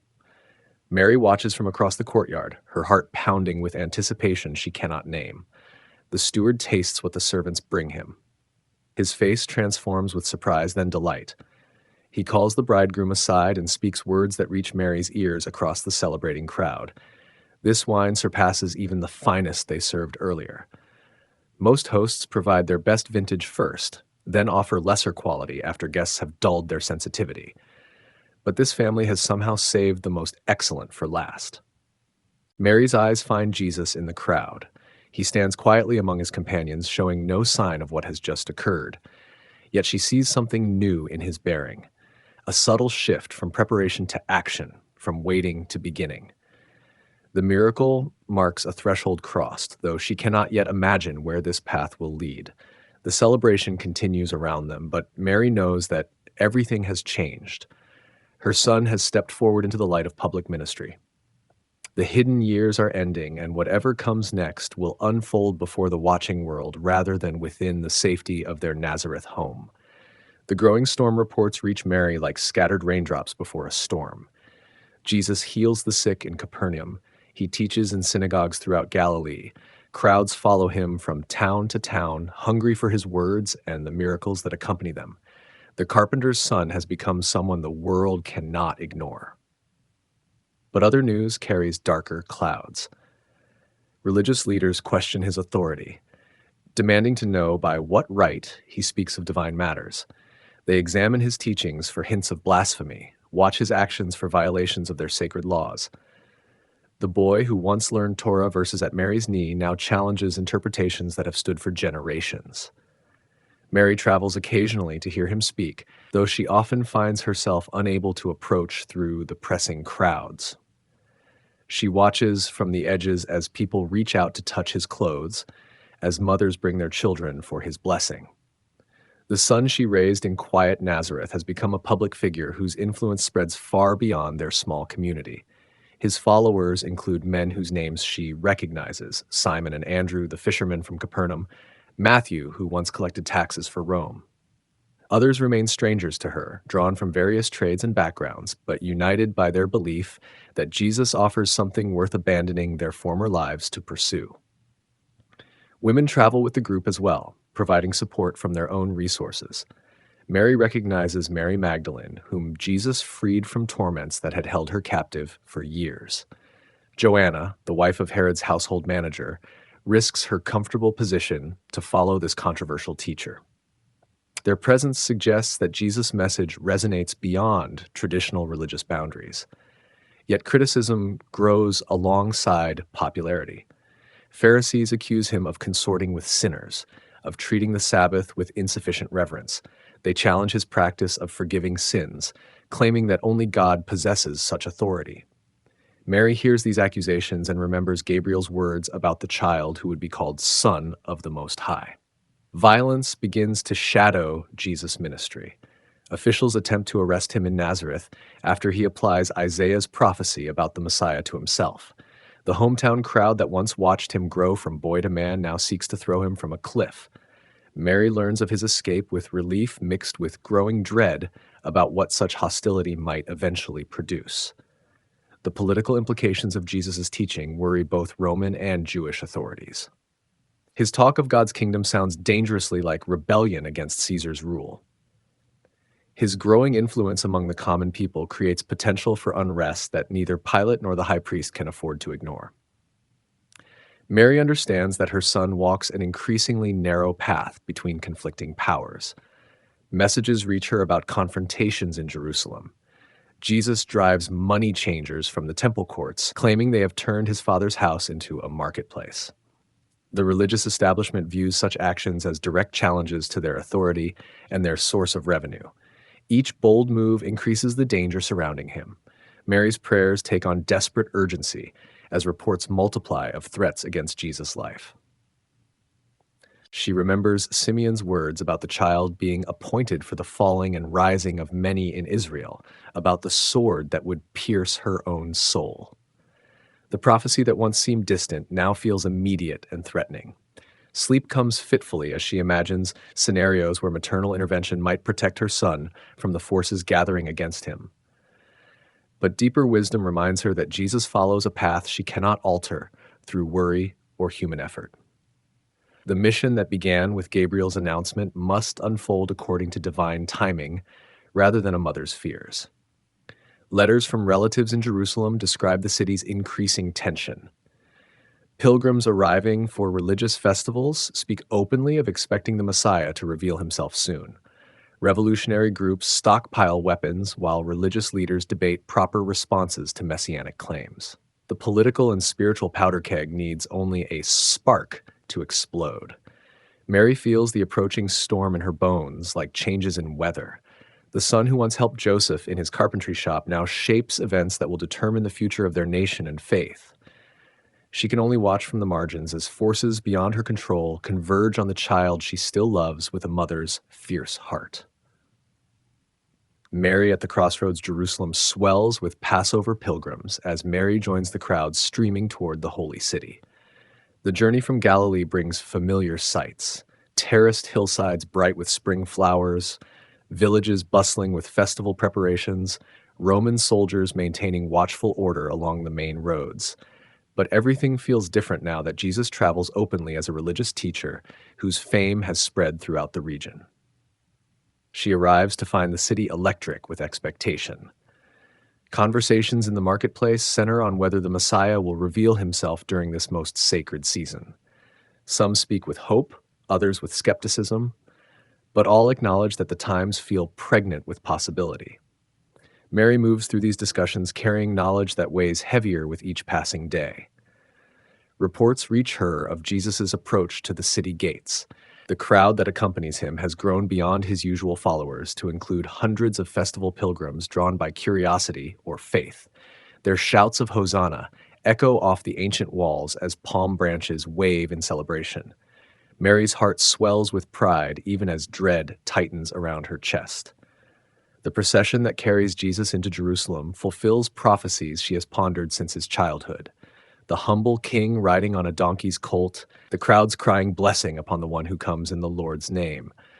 These images from the sacred scrolls now unfold before her eyes. Yet Mary understands that such public declarations make retreat impossible and confrontation inevitable.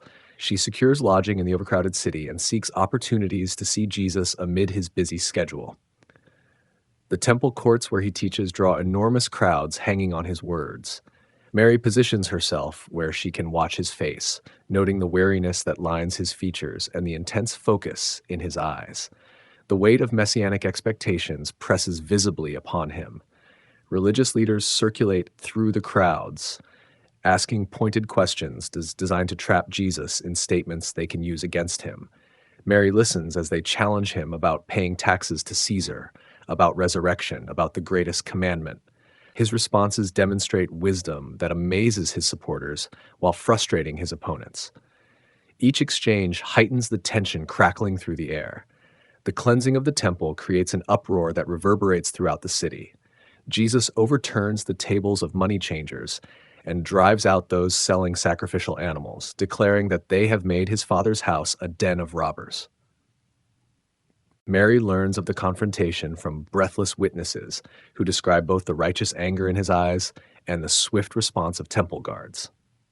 Night brings little rest as Mary wrestles with her role in the unfolding drama.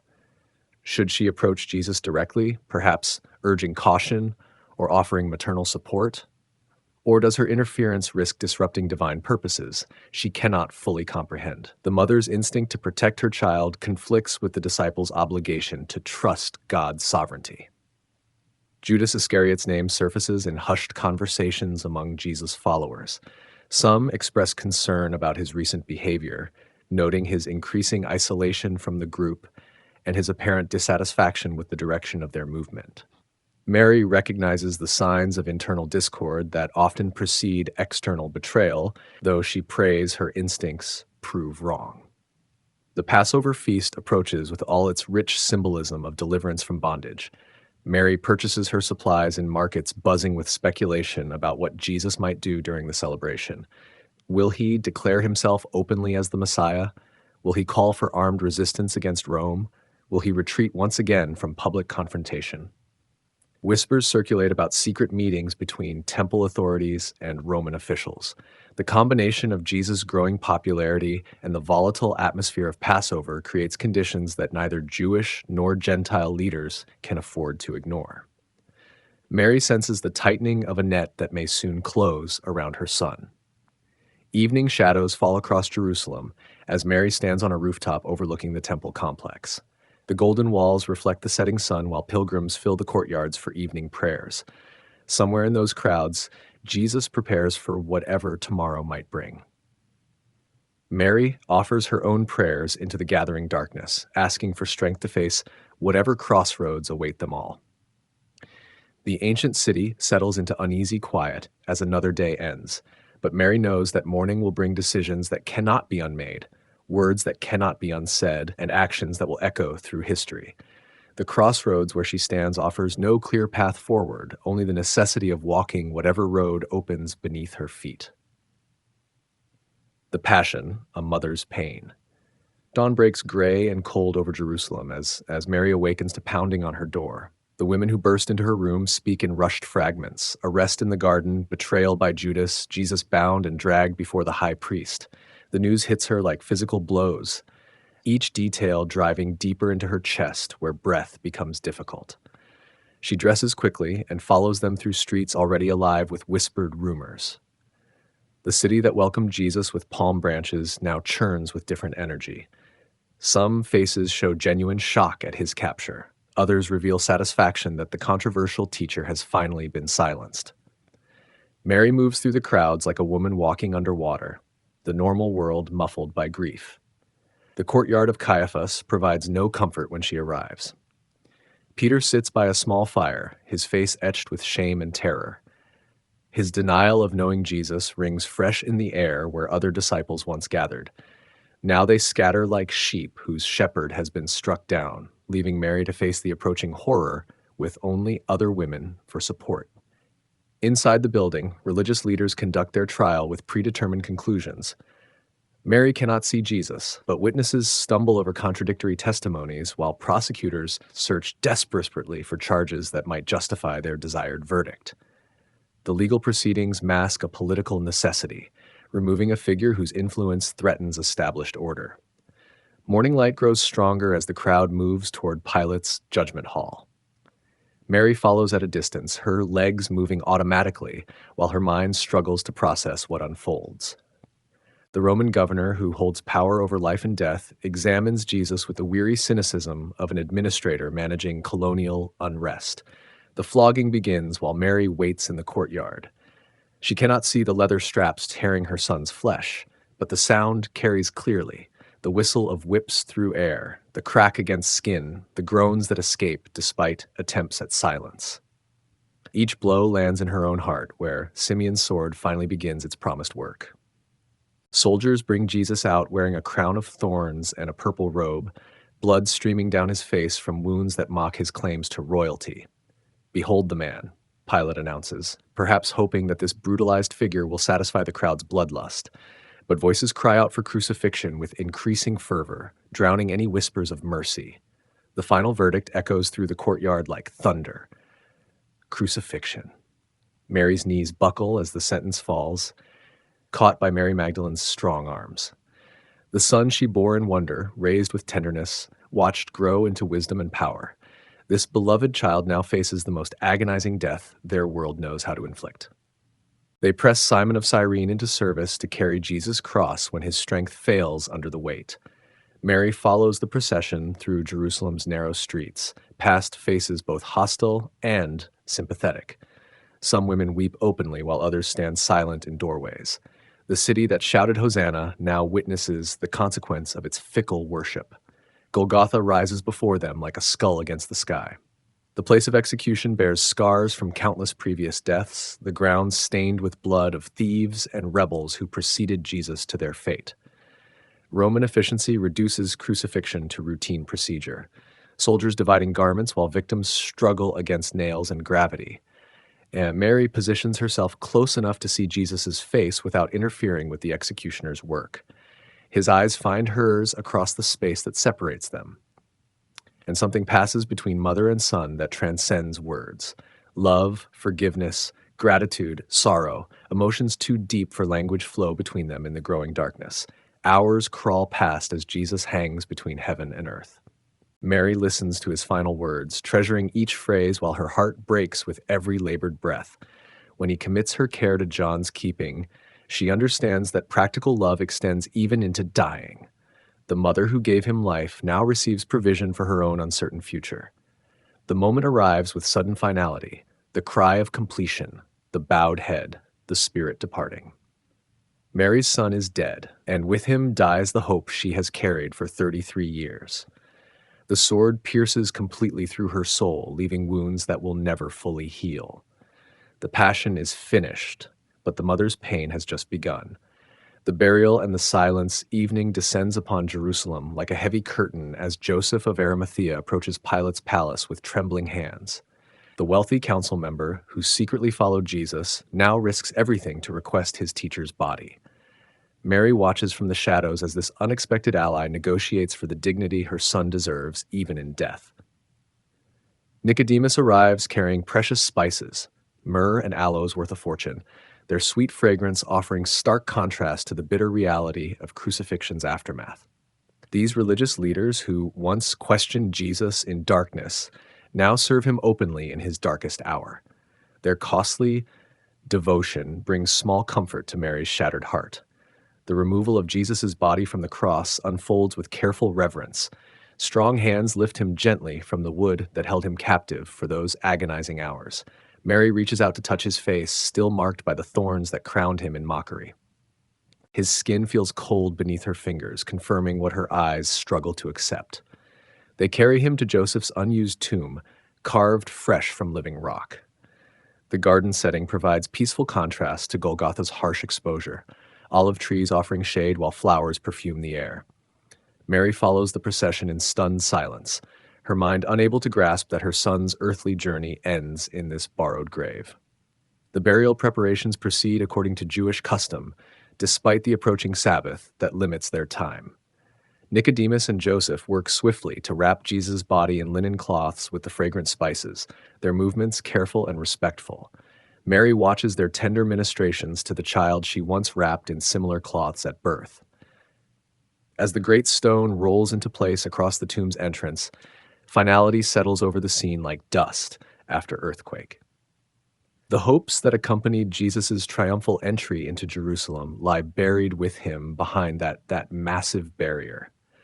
Mary stares at the sealed grave where prophecies and promises seem to have died alongside their fulfiller. The women plan to return after the Sabbath with additional spices for proper preparation of the body. But tonight they can only walk away from the garden tomb, their footsteps echoing in the growing silence. Mary Magdalene supports Mary as they make their way back toward the city, two women united in grief for the man they loved. Jerusalem feels different as evening deepens into night. The festival crowds that filled the streets with celebration now disperse to their lodgings, many unaware that anything significant has occurred. Life continues its normal rhythms while a small group mourns the death of someone most consider just another criminal executed by Roman justice. Mary finds herself in the upper room where Jesus' disciples once gathered with such hope. Now the space feels cavernous in its emptiness, shadows collecting in corners where laughter once rang out. Peter sits staring at the wall, his face etched with guilt over his denials. The other disciples speak in whispers when they speak at all. Sleep offers no escape from the crushing reality of loss. Mary lies on her simple bed, reliving every moment of the day. The trials, the journey to Golgotha, the crucifixion, the burial. Each memory brings fresh waves of pain that leave her gasping like someone drowning in sorrow. The son who filled her life with purpose has left behind only questions. Questions multiply in the darkness of the upper room. Did they misunderstand the prophecies? Was John the Baptist wrong about Jesus being the Lamb of God? Could the angel Gabriel have been mistaken about the child who would reign on David's throne forever? Mary's faith, tested through decades of mystery and wonder, now faces its greatest challenge. The disciples' confusion mirrors her own. They abandoned successful careers to follow Jesus, believing he would restore Israel's kingdom. Instead, their leader hangs dead in a tomb while Roman soldiers maintain their grip on power. The movement that seemed destined for triumph has apparently ended in failure and disappointment. Dawn brings no relief from the suffocating sense of abandonment. The Sabbath prohibits the activity that might provide distraction from grief, leaving Mary and the others trapped with their thoughts. They gather for meals eaten in near silence, each person wrestling privately with the collapse of their shared dreams. Mary's mind returns repeatedly to Simeon's prophecy about the sword that would pierce her soul.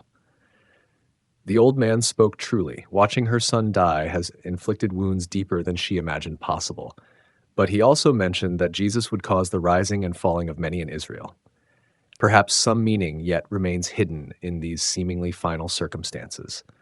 The silence stretches through the day like a held breath. Jerusalem continues its normal functions, while a handful of heartbroken followers wait for they know not what. The tomb in Joseph's garden holds their hopes, along with Jesus' body, sealed away from a world that rejected both the message and the messenger. The resurrection Sunday morning arrives with unusual stirring in the city as Mary Magdalene and the other women prepare their burial spices. Mary joins them reluctantly, dreading the return to the tomb where Jesus lies cold and still. The walk through Jerusalem's awakening streets feels like swimming upstream against hope that died with her son. The garden tomb sits in morning shadow when they arrive, but something immediately seems wrong. The massive stone that sealed the entrance has been rolled away, leaving the grave gaping open like a mouth crying out in surprise. The women approach cautiously, their minds struggling to process what their eyes clearly show. Mary Magdalene enters the tomb first, her sharp intake of breath confirming what the others fear. The body is gone. The linen wrappings lie undisturbed in their arrangement, as if Jesus simply passed through them, rather than being removed by human hands. The spices they brought seem suddenly irrelevant. Their purpose vanished with the one they came to anoint. Panic drives Mary Magdalene back toward the city to alert Peter and John, her feet flying over the stone paths as she carries news too strange for easy belief. The other women remain at the tomb, their minds reeling between practical explanations and possibilities too wonderful to entertain. Grave robbers seem unlikely, but resurrection sounds impossible. Peter and John arrive running, their faces flushed with exertion and confusion. They examine the empty tomb carefully, noting details that might explain the mystery. The undisturbed grave clothes puzzle them. Thieves would hardly take time to unwrap a corpse so neatly. Yet the alternative explanation challenges everything they thought they knew about death's finality. Mary Magdalene returns after the men depart, weeping beside the empty tomb as morning light grows stronger. Her grief compounds with bewilderment at this latest tragedy piled upon loss too great to bear. Through her tears, she becomes aware of figures standing nearby, first angels, then a man she assumes must be the gardener. The voice that speaks her name transforms confusion into recognition. Jesus stands before her, alive and real, though somehow different from the broken body they laid in this very tomb. Mary's tears turn from sorrow to overwhelming joy as she reaches toward him, only to be gently restrained. The resurrection has occurred, but its implications remain mysteriously unfolding. Word spreads through their small community like wildfire racing through dry grass. Jesus is alive. Death could not hold him. The tomb stands empty because he has conquered the grave itself. Some believe immediately, while others demand proof, but none can ignore the claim that changes everything they thought they understood about their teacher's fate. Mary listens to the reports with her heart pounding against her ribs. Could it be true? Could the child she watched die on the cross now walk again among the living? Her maternal instincts want to see him, touch him, confirm with her own senses that the son she lost has somehow returned to her. The upper room fills with excited conversation as more witnesses arrive, sharing their encounters with the risen Jesus. 2 disciples describe meeting him on the road to Emmaus, recognizing him only when he broke bread with them. Others report appearances that lasted moments but left permanent impacts on their faith and understanding. As evening approaches, the disciples gather behind locked doors, still fearful of authorities who might associate them with Jesus. Mary joins them in their hiding place, her own emotions cycling between hope and caution. Can resurrection truly reverse crucifixion? Can love actually prove stronger than death itself? The familiar voice cuts through their hushed discussions like sunrise cutting through darkness. Peace be with you, Jesus says, like standing suddenly among them, though the doors remained barred. Mary's eyes find his face, noting the marks of crucifixion that identify him beyond doubt, while proclaiming victory over the grave that could not contain him. Joy floods the room like water breaking through a dam. The disciples reach toward their teacher with wonder, touching the scars that prove both his death and his triumph over death. Mary approaches more slowly, her mother's heart afraid to believe what appears too good to be true. Jesus' eyes meet hers across the celebrating crowd, and she sees in them the same love that has sustained her through decades of mystery and miracle. The son she bore in Bethlehem's stable, raised in Nazareth's obscurity, watched die on Golgotha's hill. This beloved child stands before her clothed in resurrection power that transforms everything they thought they knew about endings. The sword that pierced her soul begins to heal in the presence of life that death could not defeat. Mary steps forward to embrace the miracle that exceeds even angelic announcements, discovering that some gifts from heaven arrive wrapped in suffering that gives way to joy beyond description. The early church and Mary's legacy. 50 days pass like morning mist clearing from Jerusalem's ancient walls. The disciples who once scattered in fear now gather with growing boldness, their faces bright with anticipation that something momentous approaches. Mary joins them in the upper room where Jesus promised the Father would send another comforter to guide them into truth. The Festival of Pentecost brings pilgrims from distant lands, their varied languages creating a symphony of diverse worship within the Holy City. Representatives from Parthia, Media, Egypt, and Rome mingle in the streets, united by shared faith despite their different origins. The stage is set for something beyond ordinary religious observance. Morning breaks with the sound of rushing wind that seems to fill not just the upper room, but the entire city. Tongues of fire appear above each person gathered for prayer, and suddenly words pour forth in languages they have never learned. The Spirit promised by Jesus descends with power that transforms frightened followers into bold witnesses. Mary finds herself speaking fluently to a group of visiting women from distant Cappadocia, her words flowing with supernatural grace. They listen with amazement as she describes Jesus' birth, ministry, death, and resurrection in their native tongue. The mother who once pondered these mysteries in silence now proclaims them with divine eloquence. Peter stands before the growing crowd with confidence that would have seemed impossible during those dark days following crucifixion. His voice carries clearly as he explains the fulfillment of ancient prophecies through Jesus' death and resurrection. The fisherman who denied knowing his teacher now declares him Lord and Messiah before thousands of witnesses. 3,000 souls respond to the gospel message that first Pentecost morning. They seek baptism in Jerusalem's pools and streams, emerging from the waters as new members of a movement that started with a handful of confused disciples. The church that Jesus predicted would be built upon Peter's confession takes shape before Mary's wondering eyes. Daily gatherings in the temple courts create a rhythm of teaching, fellowship, breaking bread, and prayer. Mary participates regularly in these meetings, her presence lending continuity between Jesus' earthly ministry and the Spirit-led community that emerges from his resurrection. The mother who gave birth to the Savior now helps birth the church. Believers share their possessions freely, ensuring that none among them lack basic necessities. Mary watches as wealthy members sell properties to fund the community's needs, while artisans contribute their skills and time. This radical generosity reflects the kingdom values Jesus taught, now made practical through the Spirit's guidance. Her role within the growing church carries unique authority rooted in her intimate knowledge of Jesus' character and teachings. When disputes arise about proper interpretation of his words, the disciples often defer to Mary's memories. She becomes a living bridge between the historical Jesus and the Christ of faith proclaimed by the apostles. Young believers seek her out for stories about Jesus' childhood and family life. Mary shares carefully chosen memories, his compassion for animals, his respect for Joseph's craftsmanship, his early fascination with Scripture.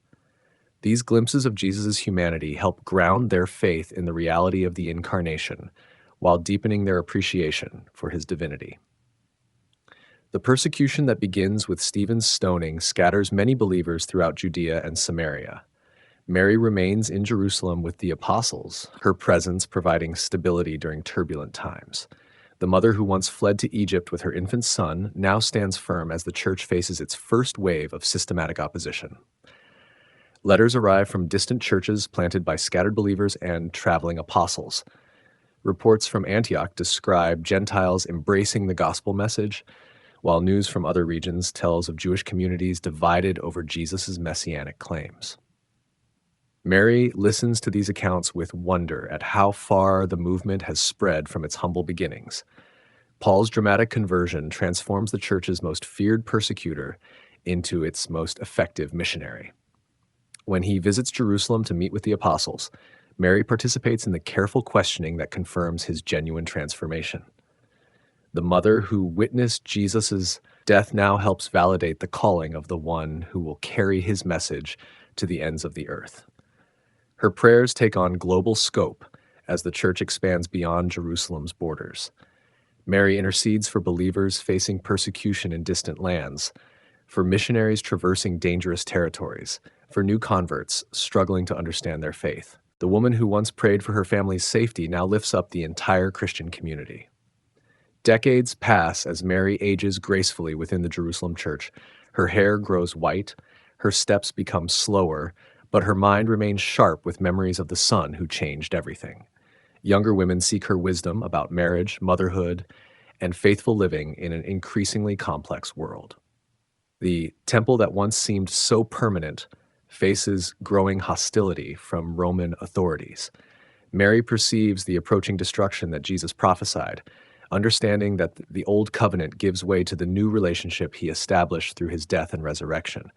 The physical temple will fall, but the spiritual temple built from living stones will endure. Her influence extends through the women who learn from her example of faithful submission to God's purposes. Mary teaches them to treasure difficult experiences in their hearts while trusting divine timing even when circumstances seem impossible.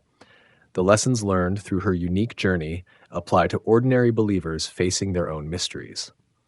As evening approaches both literally and metaphorically in Mary's life, she reflects on the extraordinary path that led from Gabriel's announcement to the church's global expansion. The young girl who asked, "How can this be?" has become an elderly woman who marvels at how thoroughly God answered her question through events beyond her wildest imagination. The parents of the Messiah evening light slants golden through Jerusalem's ancient streets as Mary makes her way slowly home from the temple courts. Her steps echo softly on stones worn smooth by countless pilgrims who have walked these paths seeking divine encounter. The elderly woman who moves carefully along the familiar route carries within her memory the most extraordinary story in human history. Decades have passed since Gabriel's announcement transformed her quiet life in Nazareth. The girl who once wondered how she could bear a child without knowing a man has become the revered mother of the risen Christ. Yet, Mary's greatness lies not in her divine calling, but in her human response to impossible circumstances. She said yes when logic demanded no. Joseph's memory remains vivid in her heart despite the years since his peaceful death. The righteous carpenter who could have divorced her quietly instead chose to embrace mystery beyond his understanding. His faithfulness protected not only Mary's reputation, but the mission itself. Without Joseph's courage, the Christ child might not have survived Herod's jealous rage. Their partnership demonstrates how ordinary people become extraordinary through obedience to divine purposes. Neither Mary nor Joseph possessed wealth, education, or political influence. They offered only willing hearts and steady faith, proving that God accomplishes great works through humble vessels rather than impressive credentials. The village of Nazareth, that once dismissed them as unremarkable, now claims fame as Jesus' hometown. Tour guides point out traditional sites associated with the Holy Family, while pilgrims seek blessing through proximity to places where they lived. Yet Mary knows that geography matters less than the attitudes cultivated within any location.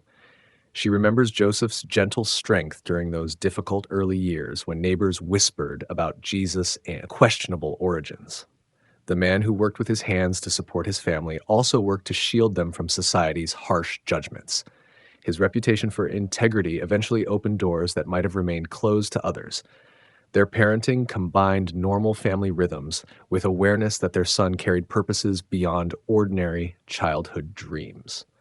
Mary and Joseph taught Jesus practical skills, moral values, and religious devotion while remaining open to the unique calling that would eventually separate him from conventional expectations. They prepared him for both humanity and divinity. The pain of watching Jesus die still aches in Mary's chest when she allows her mind to revisit Golgotha. The mother who gave him life witnessed its apparent end with agony that only parents can understand. Yet resurrection transformed that suffering into testimony about love that conquers death itself. Even the sword that pierced her soul served redemptive purposes. Joseph never lived to see Jesus' public ministry, but his influence shaped the man who changed the world. The carpenter's emphasis on quality work, honest dealing, and faithful service prepared Jesus for kingdom building that demanded similar attention to excellence. Joseph's example taught that small things done well create foundations for great achievements. Mary's continuing presence in the early church provides stability during transitional times when believers grapple with questions about Jesus' identity and message. Her firsthand knowledge of his character and teachings helps ground theological discussions in historical reality. The mother who raised him offers unique insights into the man who redeems humanity. Their story resonates across centuries because it addresses universal human experiences: unexpected pregnancy, family displacement, economic struggle, child-rearing challenges, loss of loved ones. Mary and Joseph faced difficulties common to every generation, while maintaining faith that transforms ordinary circumstances into opportunities for divine encounter. The silence that surrounded Joseph's death reflects the quiet way he lived his entire life. History records no speeches from the carpenter, no dramatic miracles performed through his hands. Yet his steady faithfulness enabled the salvation of the world. Sometimes the most important contributions happen without fanfare or recognition. Mary's Magnificat continues to inspire believers who see God lifting up the humble while bringing down the proud. Her song celebrates divine justice that operates through unexpected channels, using powerless people to accomplish powerful purposes. The teenage girl's prayer becomes a manifesto for God's preferential option for society's marginalized members. Their legacy reminds each generation that heroism often wears ordinary clothes and speaks with common accents. Mary and Joseph prove that God works through available people rather than perfect people, through willing hearts rather than impressive resumes. Their example encourages believers to trust that their own small offerings matter in God's great plan. As Mary settles into evening prayer in her simple room, she gives thanks for the privilege of participation in redemption's story. The journey that began with an angel's greeting concludes with a church that spans the known world. From Nazareth to nations, from stable to salvation, the parents of the Messiah played their part in the greatest story ever told.